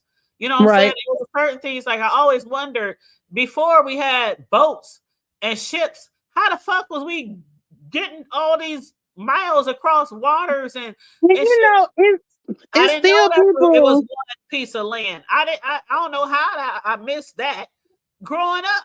I'm like, it's still people that don't believe that they were able to make that journey. I'm like, well, I'm just like, because I was on some, I don't know who the YouTuber was, but I was listening, and it was just like a panel thing, and somebody got up there, and it was like, and it was, I think it was a black person, and she said she didn't believe that slaves had came over like that because you can't do a trip that far on boats back then. I'm just like, oh yeah, so you definitely can.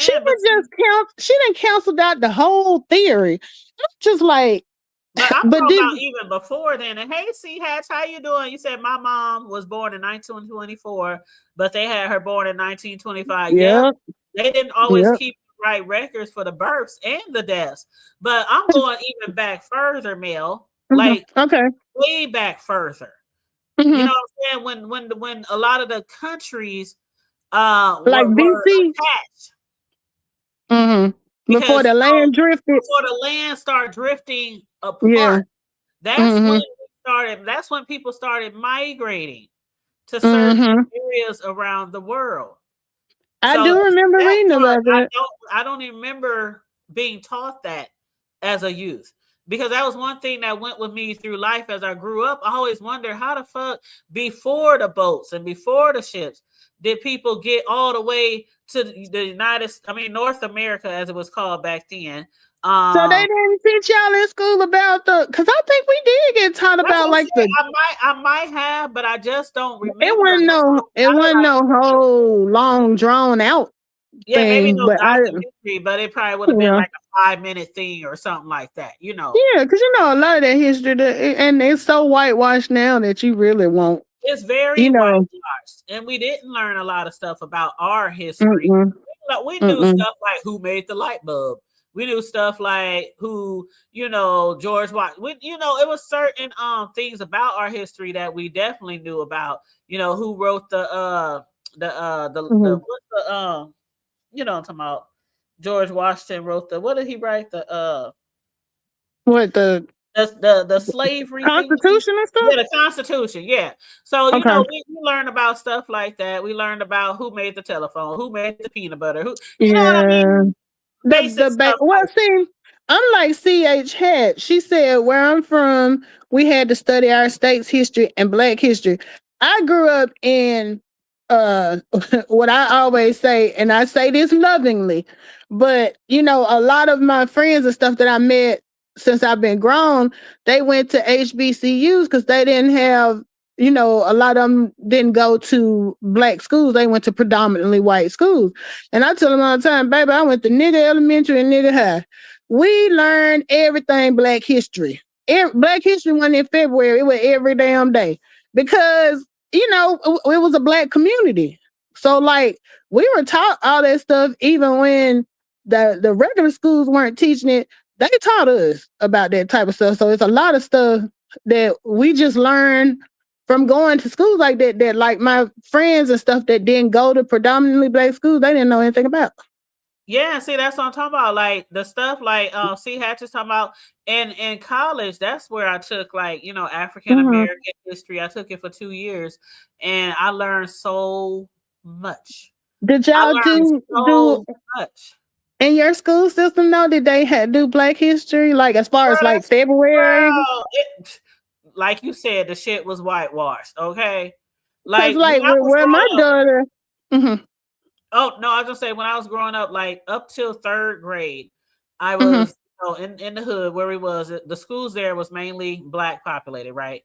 But then when they passed that thing where we had to be bused, we all got bused to the predominantly white schools, and a lot of them got bused to our predominantly Black schools, like every other place. You know what I'm saying? They tried to mix it.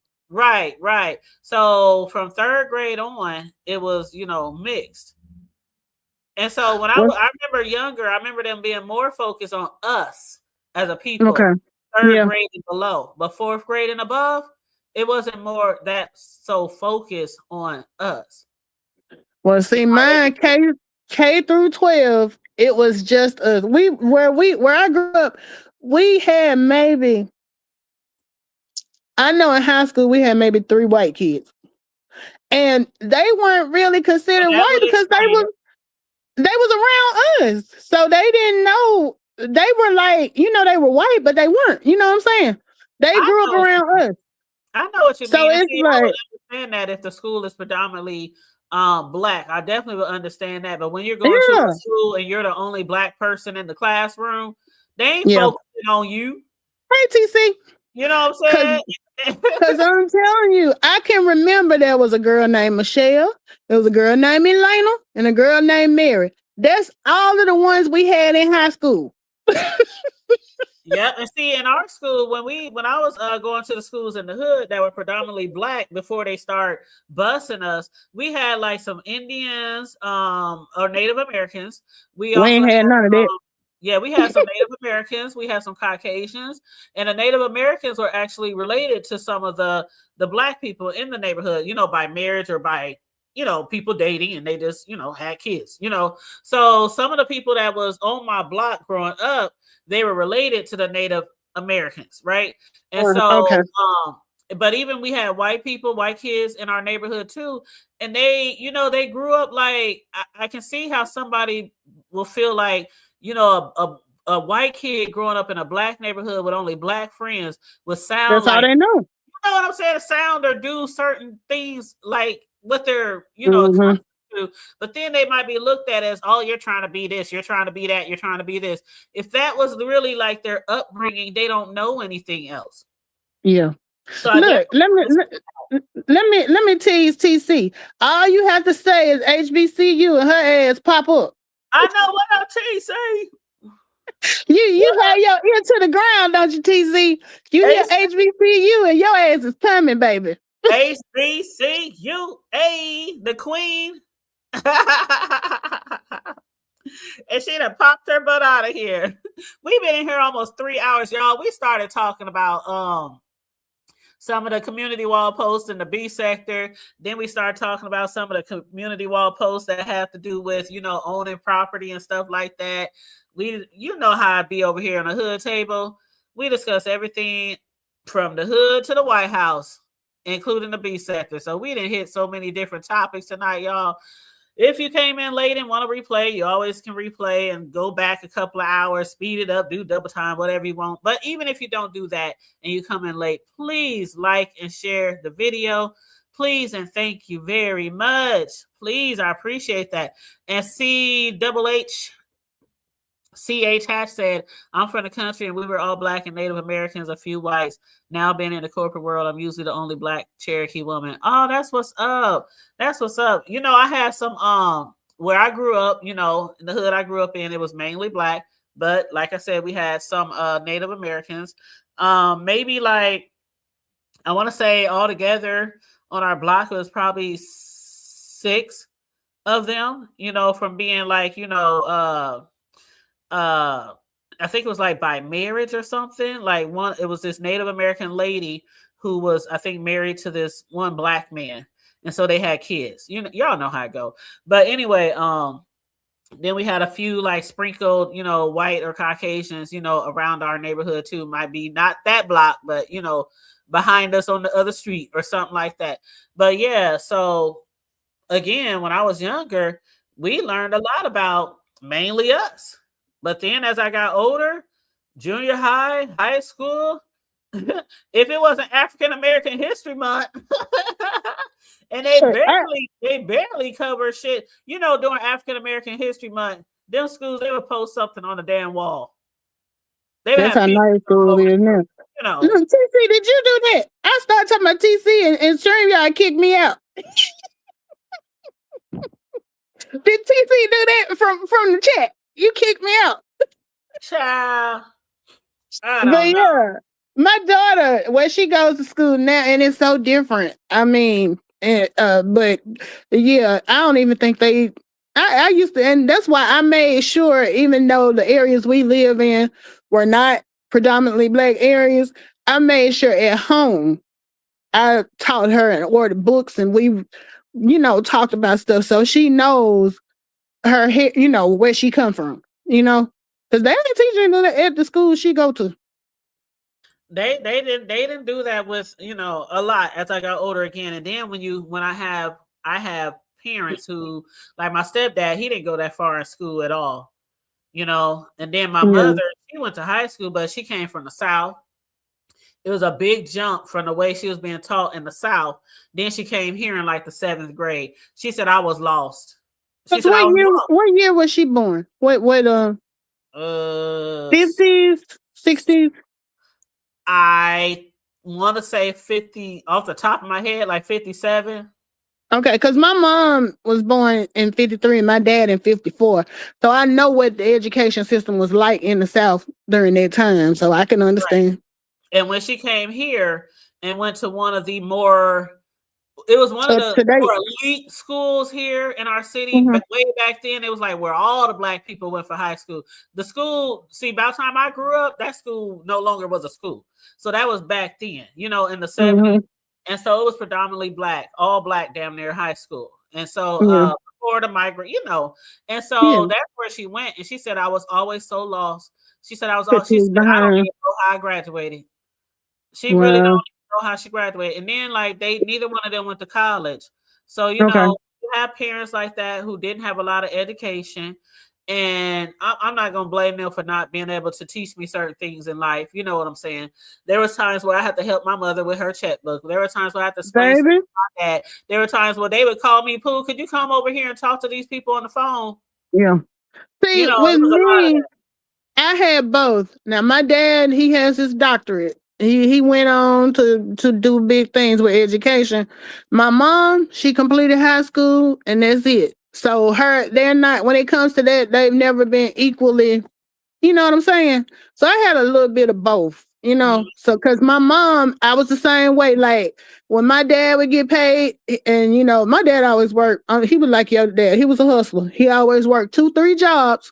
But, he was working in the hospital. So, a lot of times, that was back when you still had a paper check and you had to go to the bank.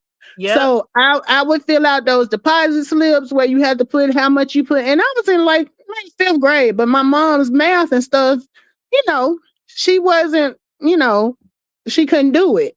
And like we would go to the grocery store and I would be in there with the calculator because, my dad's thing was don't spend over $100 on groceries. So I'm in there trying to help her budget, which my mom was like, fuck that. I'm getting what I want to get. She went, because I'd be like, Mom, you need to put that back. We don't need to get that because we're going to be over. My mom was like, I know that's right. And see, Hush, that's just like my parents. My stepdad, I think he might have went to the 6th down there in the South because they made him work the farms and they made him, it was down South. It was more vital for the children to work, especially the boys. Yeah. Work instead of going to school. They would like allow them to get to like the 5th or 6th grade and say, oh, that's enough. You don't need to learn nothing else, boy. Get out there and help with the family business or help with the, And I know what you're talking about because my dad grew up, like he will tell you now, they picked cotton. Like during cotton season, they didn't go to school. They had to get out there in the fields and help pick. But like if you went to school when it rained or when it was not cotton picking season, you know what I'm saying? So, and he said he had to ask permission because like I said, they were sharecropper. They worked for a white man down here that owned most of the land where we were from. His name was Dave Martin. He said, I had to go ask Mr. Dave Martin when I was in the 10th grade if I could get a part-time job at the hospital, because, he knew he wanted to go into something medical. So he had got a job as an orderly, or he had the opportunity, but he had to get permission from the sharecropper to be able to not come to the field and go get a job outside of that. I was like, it boggles my mind that like we are just one generation apart. But see, I remember seeing stuff like that in movies because when you live like on their property or they give you like some land or something, you have to work their land as well. Yeah. And it wasn't yours. They just let you stay there. They wanted you to work that land. So they wanted you to work their land. But, if you wanted to do something else, because I remember seeing in a movie one time, this black guy had asked, could he go work in the city? I can't remember what it was doing, but he asked, could he go work in the city? And the man gave him permission to work in the city. So I remember seeing something like that in the movies. But me and my dad are only 20 years apart in age. I was born when he was 19, going on 20. So the fact that it just boggles my mind the way I grew up versus the way he grew up, and it's like it's not that far apart, you know, because you would think that would be something that happened in the 1800s. But that's why they always say we came far, but we ain't come far enough. Right. When it comes to civil rights and things and equal rights and things like that. Yep, that's why I made a point. I got a video over on Facebook where I made a point to say when me and my mom went to vote in this last election, and I was riding to go pick her up, and I have sentimental moments. So, all my life I rode by cotton fields. I'm so used to it, I don't think nothing of it because we in Alabama, it's cotton. So, like, when I was riding by there to go pick her up to take her to go vote, because like I said, she don't drive. So on election day, our routine is I always get up, we go vote together. So I stopped on the way back when I was going. I took a picture. I always take a picture of us after we vote with the little stickers on of me and her. And then I took a picture of her voting inside the place. And on the way back, I stopped at the cotton field. I actually parked my car, got out, went to the cotton field, picked up some cotton, and made a post. So the video is showing, how it's amazing how we went from one generation, my mom and dad out here working, picking cotton in this field. Now we pass right by these same fields to go vote. So it just was like, it was so moving to me, I can definitely understand that. Yeah, it's like the kids now, I can't completely grasp it because I didn't go through it. But at the same time, the kids now really can't wrap their minds around it because they so far, with the technology and everything. Yeah, they so far. And hey, Libra, how you doing, love? And with them not teaching it in school, if you don't hear it at home, it's almost like a myth. It's like Greek mythology to them. Yep. And CH has said now in the end, her dad had passed away, but he left generation wealth over 900. Ooh, that's a lot of acres. That's lovely. Who is this, CH? Who is she talking about? She's talking about her dad. Oh. She said her dad had I'm saying she, and I don't even know if it's a she. I'm sorry if you're not. But they said their dad had a 5th grade education, but could count money. And that's just like my dad. He had like a 5th, 6th grade. So he can count his money, boy. That's crazy. 900 acres? Oh my God. Because, like I said, my parents have 10 that they're leaving for me and my 3 brothers that we're, and that was his one, but I can't even imagine 900. I'm sure building on that. If my parents left me 900, shoot, we gonna have our own little city. Well, what I would really like to do when I do go ahead and move and build a house, I want to build like a duplex and try to rent those out. That's what I was thinking about doing, like trying to flip do something like that. But the only thing I hate is like, as far as generational wealth, I come from a big family, but now, okay, it's me and my 3 brothers. I have a daughter. My brother has 2 girls. It's like the generations is getting smaller and smaller. You know what I mean? Yep, but I'm gonna drop this link for Libra. I was about to end Libra because we own 3 hours, but I can stay up here. I don't even feel like it's been 3 hours. No, I can stay up here for a few more minutes if you want to hit the link. But I was just gonna say when you were saying about the voting, I know a lot of people like to do that early vote, or they like to send in a vote or something like that. One thing I always being able to, I can appreciate doing is waking up, getting ready with me and my sons, and we go to wherever we're supposed to go to vote and stand in line. I have to do that until I can't do it no more. You know what I mean? Mm-hmm. What's crazy? I have to do that for the sake of, not the sake, but just in remembrance of our ancestors trying to go walking all those miles to try to vote, being turned away, thrown with water and dogs and, all that. I mean, I could easily mail in a voting ballot, but it's my right to go down there and stand in line and vote. And I do it every time. We don't have early voting here, so that's not an option. Hey y'all, how you doing? Good. Hey love, how you doing? I'm good. Hey, I'm a condensed girl. You know, I'm a pastor. We can cut a sermon real short. So let me tell you. No, you were a pastor. Wow, yes, ma'am. 16 years next month. Okay, what I wanted to say real quick, the hood table, if you get a chance, look at my live I just did about the last 10 minutes. Me and TC, she was saying something, and it's on what you're talking about. I don't want to prolong the time too. A guy talked to me the other day, and he said that a friend of his had a rehab, a transitional house from when people come out of penitentiary. They go in these little houses, and it was very successful. But they did a background check on him, and 31 years ago, he was in penitentiary. So they made him close down those houses. So them men had to go back to the penitentiary until they find someone. Yes. So I said that to say, I'm looking into opening up a halfway house, transitional house. And so I was going to tell you to look in your city and see what your laws are in your city as well, because we need to do that. What they're doing is anybody who's had a prison record cannot have a transitional house.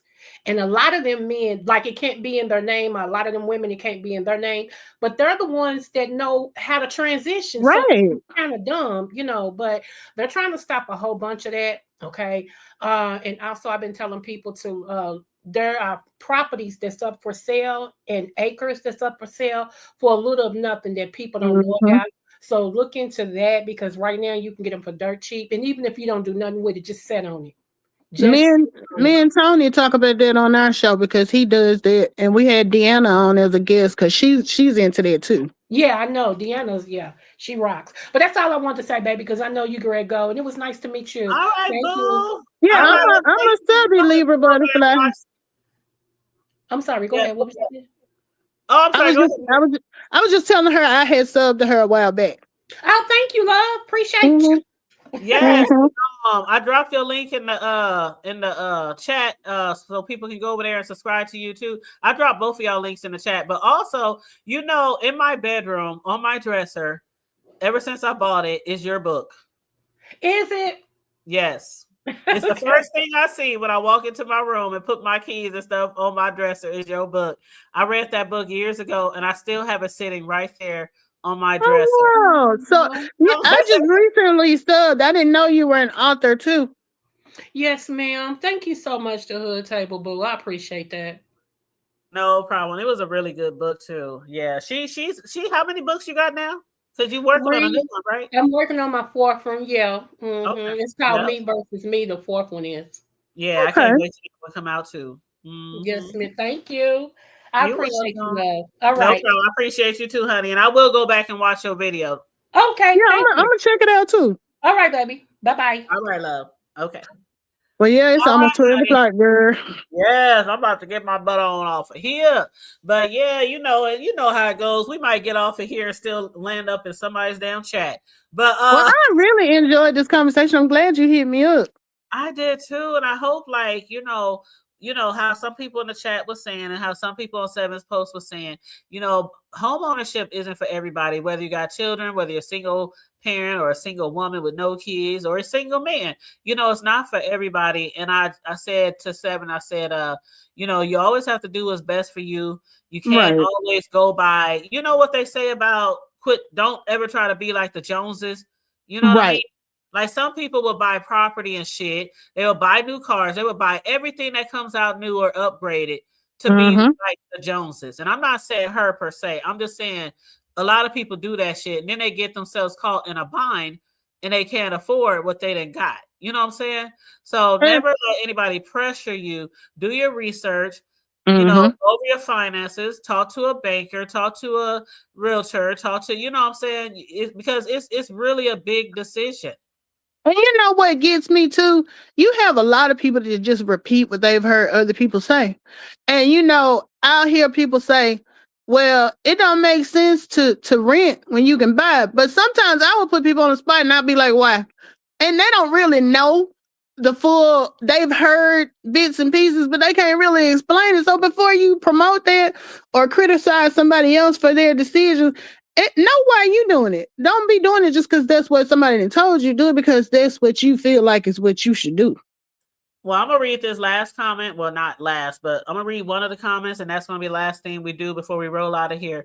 But this lady said on her post, she said, "So I am a single woman with 0 kids, and I have a mortgage and a home ownership, insurance, and property taxes, etc., etc." She said, "Why would I want to pay someone else's mortgage that I could be evicted at any moment with thousands and thousands of dollars going to nothing for me? It's fine for you to have that choice, but you being a woman with 0 kids has nothing to do with it. It's a choice that you made as an individual. Also, my mortgage is probably cheaper than your rent. Laugh out loud. It usually is." And that's true. Some mortgages are cheaper than rent. That's true. My parents' mortgage is half what I pay in rent. Yep. And buying equals equity. I got a lot. I ain't even been in my house that long. And when I look at what my house was when I bought it compared to what it's worth, I'm like, oh, shit, you go, girl. Especially in this economy, too. Yep, I'll be like, you go, girl. Shoot. Let me take out a home equity loan and get some things done around here that I want. But I'm trying my best to wait till when the right percentages is right, you know what I'm saying? Before I do some shit, you know, because right now I just do shit when I got the money, you know what I'm saying? Or I'll save up to do shit. Or I'll find me, like some people said in the chat, you got to have, if you going to purchase a home, whether you marry, single, kids, no kids, have you at least 4-5 handymen. That's real shit. Don't only get your homeowner's insurance through your mortgage, but also get your appliances insurance and stuff like that, because it really don't cost that much as far as your monthly. And see, that's good information that you shared too, because like I told you, I've heard some horror stories. So it's nice to hear some success stories with having that extended warranty insurance thing. I would never go without it. And I done had stoves. I mean, I'm counting back to like all the way to 2005, right? So I didn't have things break down, a stove, a washer, a fridge, you know, over the years. And yeah, like, and they replaced everything from ceiling fans to, I mean, just all kind of shit. So, wow. Yep. Oh, thank you, Leave a Butterfly. She said she's a new subby. Oh, that's appreciate that. Yeah, support. Y'all know how we do over here. Like, share, and subscribe. Your girl is on the road to 9K. So, and when we get to 9K, I don't know how long it's going to take us, but you know, we're going to partay. Okay. Got to. We got a party. We're going to turn this mother out. So I'm going to be giving away prizes. Y'all know I make t-shirts and all that stuff now. Cups, hats. I can do all that kind of stuff with my heat press. You know, I still got the hood table coffee cup in there. You still got your coffee cup? Oh, you know what? The Miss Soul told me a little while back that she still got her the hood table coffee cup too. But see, the thing is, I used to go through Teespring for my t-shirts and all my merch, but now I can do my own merch. Yep.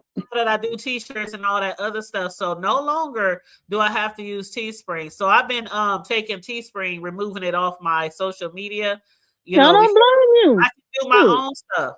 I can do my own stuff. So yeah, definitely I'm gonna have the hood table shirts, I'm gonna have coffee mugs, all kind of stuff, hats, keychains, all kind of stuff. So I'm gonna be giving away all that type of stuff when we hit 9K. So well, that's good. Cash Apps. You know, I support you. Whatever you got going. Thank you. You know, I'm gonna be like, Mel, where you at? We gotta turn up, boo.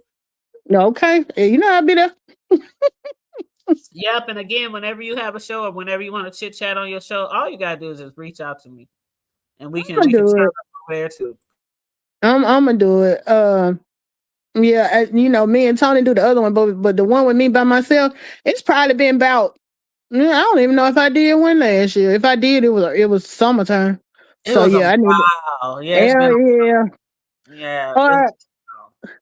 It probably was. Yeah, it's been a minute. So yeah. Yep, it's been a while, and I know how it is sometimes, especially when you take a hiatus and try to jump back out there. That's why I always say, you know, I don't know if you ever heard me say this before, but I be saying sometimes, don't nobody ever ask me to hit their panel. You know what I'm saying? The only time people ask me to hit their panel is when some shit that I didn't even been in or I'm trying to think what panel other than Riggs, whose panel have I? I think I've seen you on Deanna's before. But yeah, I don't really I think I've been on Charlie's maybe twice. Okay. Now I see you in the chat.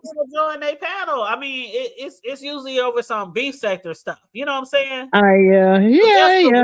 Well, we had you. Me and Tony had you on as a guest now. Well, yeah, that was once, but I guess I'm getting at, like, besides the beef sector stuff, I don't hit a lot of panels, and I guess I'm trying to say is people love to hit my panels. But I never usually get invited to hit nobody else. You got to learn how to be a panel hoe. I don't want to be a panel hoe, but every now and then you just want to sit somewhere and let somebody control the car. You know what I mean? Yeah. And you still want to have some good conversation. You know what I'm saying? I think yours is the only. I think I hit Deanna's once, but yours is pretty much the only link. Oh. Back when BB Nice used to do her show, I love BB Nice. I used to be over there with TC and them, and I think I got on what is her the one who left recently. She had come back, then she left, then she came back. She used to call herself Cinderella McQueen. You know who I'm talking about? I think so. She recently left. I can't. Michelle M. Bernadette. Okay. I used to get on the panel with her sometimes. I usually like smaller rooms, Yeah, see, I mean, I know a lot of people over here in this area, YouTube, they do panels and stuff, beef sector, shit like that. But I'm talking just regular, everyday conversation. You know what I'm saying? Just to chit chat, just to shoot the shit. Remember back in the day, we used to just shoot the shit. Yeah. There was a lot of content creators where they would just come live. Hey, what's up? Yeah, I used to do that with Bree. Before Bree got big, when it was like Charlie would be in there, a couple of other people, and this was like maybe 2017, 2018, and she was, she hadn't started really growing yet. And I would go hang out over there because it wouldn't be, when it ain't but 5 or 6 people in the room, the conversation flow better. I wouldn't hit the link, but you could type in the chat, and when it ain't 1,000 comments, you can read every comment. Right, because we have grown into this thing where it's like it's like everything has to be about the B sector. I know this is about the B sector, but somebody said the other day that, and I can't remember who it was who said it, but they said that is not the only thing. That is not how it was. Even when we used to be 5, 6, 7 years ago, people would still have normal everyday conversations. That's true. So we definitely changed. Because I used to appreciate that about VS. Because sometimes when she was down, you would go over there and she might just be talking about her. Remember, she had started her garden outside. Her gardening, yep. Or she'd be talking about the dogs. Yep. It didn't have to be beef sector. It was just, I like those little conversations. I remember when VS used to do cooking videos. I learned how to make grits from watching VS. Really? I see some grits up. I'm telling you, I learned. I don't think I saw any of her cooking stuff. I watched her braid her hair a few times. Yep. But I don't think I ever saw any cooking stuff. Well, she would be cooking shows. It wasn't like I'm going to make this today, or I'm going to make this. It was usually just like breakfast. I do remember those when she would be fixing breakfast while she was walking around. It was cool because it was like, and especially like for people like us that work from home, it keep you company in the morning. Yep. I miss those. I miss those lives, those shows, and that's why I continue to discuss whatever, whenever. It don't matter the topic. I can't just only discuss B sector. It's just, especially when it's really like it'd be sometimes things to discuss, but sometimes it's just like, okay, can we get another storyline? Can we get another? You know what I'm saying? Just like they were lighter. Just like they were saying lighter topic. They were saying on King Romans, can we please get a call in? Can we please get something? Because all we hear is lemon. And I get it. But then when it's like the only thing out there that's really going on, what else is there to talk about if you're just doing B sector content? But if they call in, they don't call in about lemon. So what's the difference? I thought that too. That crossed my mind. I said, but then again, maybe it might turn it. I don't know, child. I don't know. And Manna, is that Manna V thing? My home-based business is teaching about financial success, like credit repair, teaching you how to budget, start your home-based business. It's just a financial business. That's my product. I sell financial, promote financial education. So Yep, and I did drop her link as well as Libra Butterflies. I dropped both of their links in the chat, so please feel free to sub to them. And if you have a channel, Mana Vasay, let us know if you have a channel or Manu. Oh, Manu's. Okay. All right. Child, I've been messing up names recently. Y'all Girl, me too. forgive me. But yeah, so on that note, I guess we're gonna get out of here. And to my beautiful Libra Butterfly, I wasn't trying to rush you or nothing. I'm glad she got up here and told us what she was discussing. Because I'm like, she know if I wasn't about to shut down, it would have been absolutely, come on, let's roll, let's ride this out. Yeah, so. But other than that, y'all, please again make sure y'all like and share the video. Support the channel if you want to donate. Before I go, let me just say I really enjoyed you and Rig's show last night. It was a lot of fun. Oh, you know what? The reason I was talking, it was so funny because you know how we was talking about relationships and talking after work. We was chopping it up. I was like, oh my God, we had such a great show. We was just talking about all the different aspects and things people were saying, and oh my God. So I really, really had a lot of fun last night, and he really enjoyed it too. Like I went back and listened to it again this morning. That's crazy because we did. Well, I'm telling you, that's funny. Riggs hit me up. I replayed the video, man. That shit was good. I was like, yeah, it was. Well, it was fun. I enjoyed it. Like you said, it's nice to talk about something that's not beef sector. Thank you. It's real life. That's all I'm saying. That's why I said whenever you want to go live, I know I used to push the hell out of Sislo, and she always say, I'm going live. She would even hit me up. You want to go live? Yeah, what time? No live. I'll be like, girl, Sislo been saying she going live for the last 5 months. No, she did pop out like maybe 3 or 4 months ago, but I didn't get the notification because I don't get them no more. Yeah, the algorithm, you get lost in the algorithm when you're not, consistent. So a lot of people won't know you're live. But that's weird though, because I got the bell turned on for her and I still ain't getting them. You still won't get it because once you get out that algorithm, it don't matter if you have the bell on or not. YouTube will not. That's how it works with the algorithm. That's why I always tell people, even if you only go live 2-3 times a week, it's better than when it comes to the algorithm. Yeah, because I was tagging people, but I know that some people, and I just got this from some of the beef sector creators, content creators. It seemed like some of them get a little annoyed when people tag them. But I was like, well, let me stop doing that then, because like people that I know, like I would tag you and Pandy and different Deanna and different ones, and I was like, well, let me not do that because people might not like that. If I ever tag anybody and they tell me don't tag them, I won't be offended because I do understand. Yeah. Now, one thing about tagging people is you definitely can see who's supporting you, because people can watch and people can share, but you don't always know when people share your video unless they tag you. Yeah.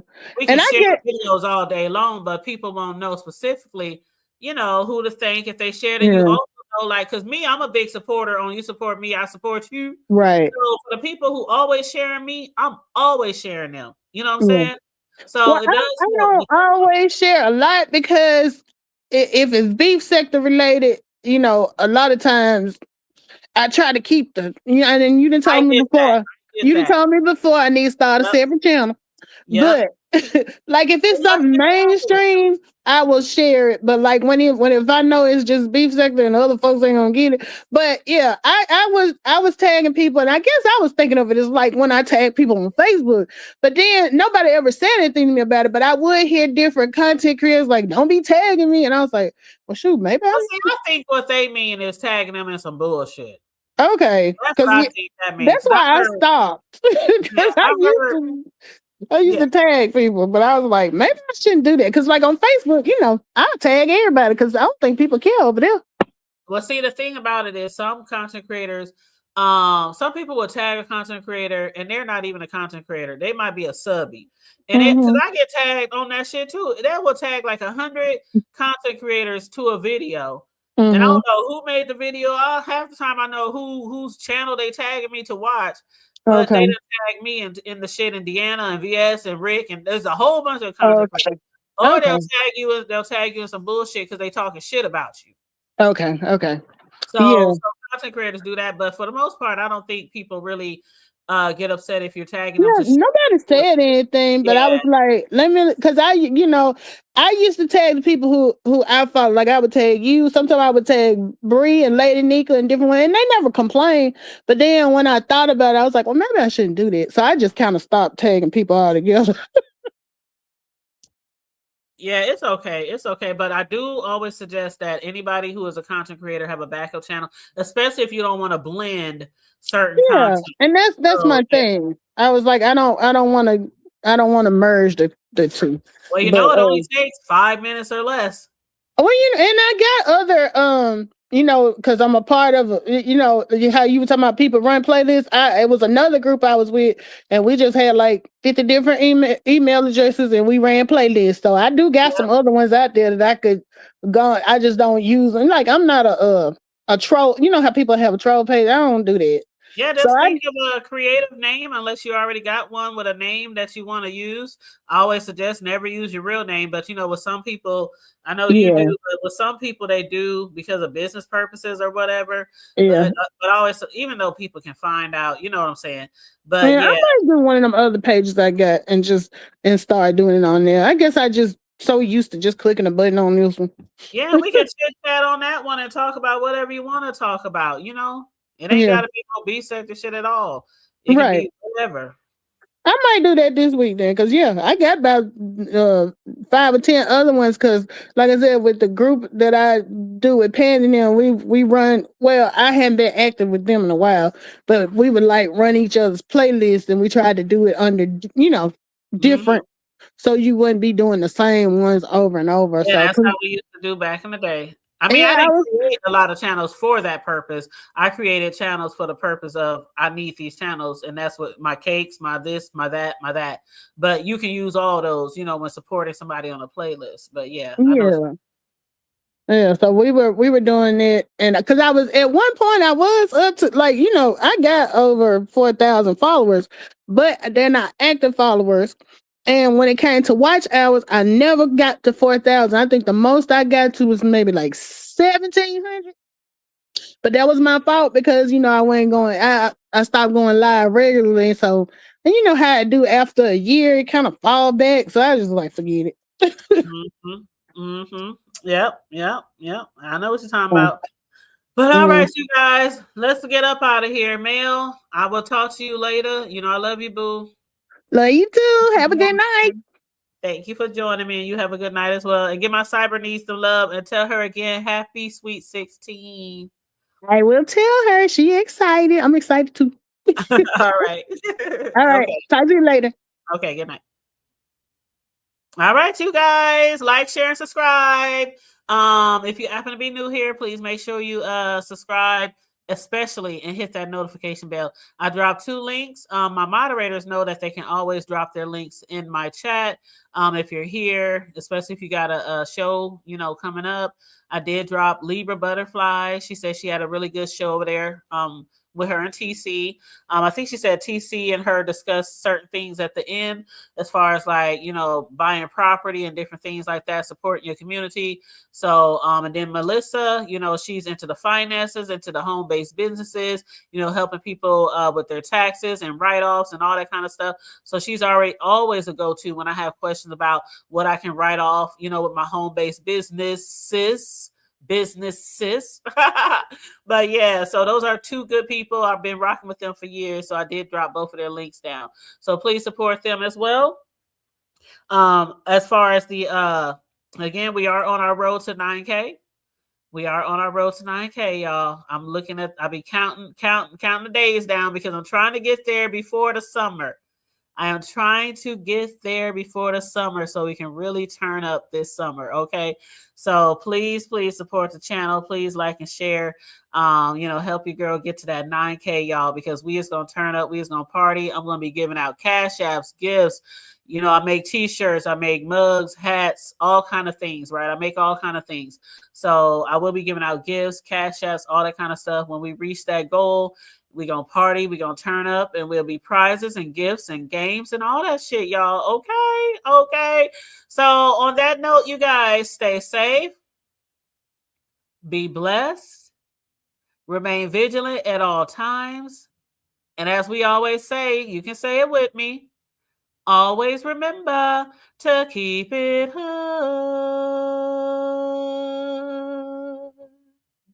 I'm out. Bye.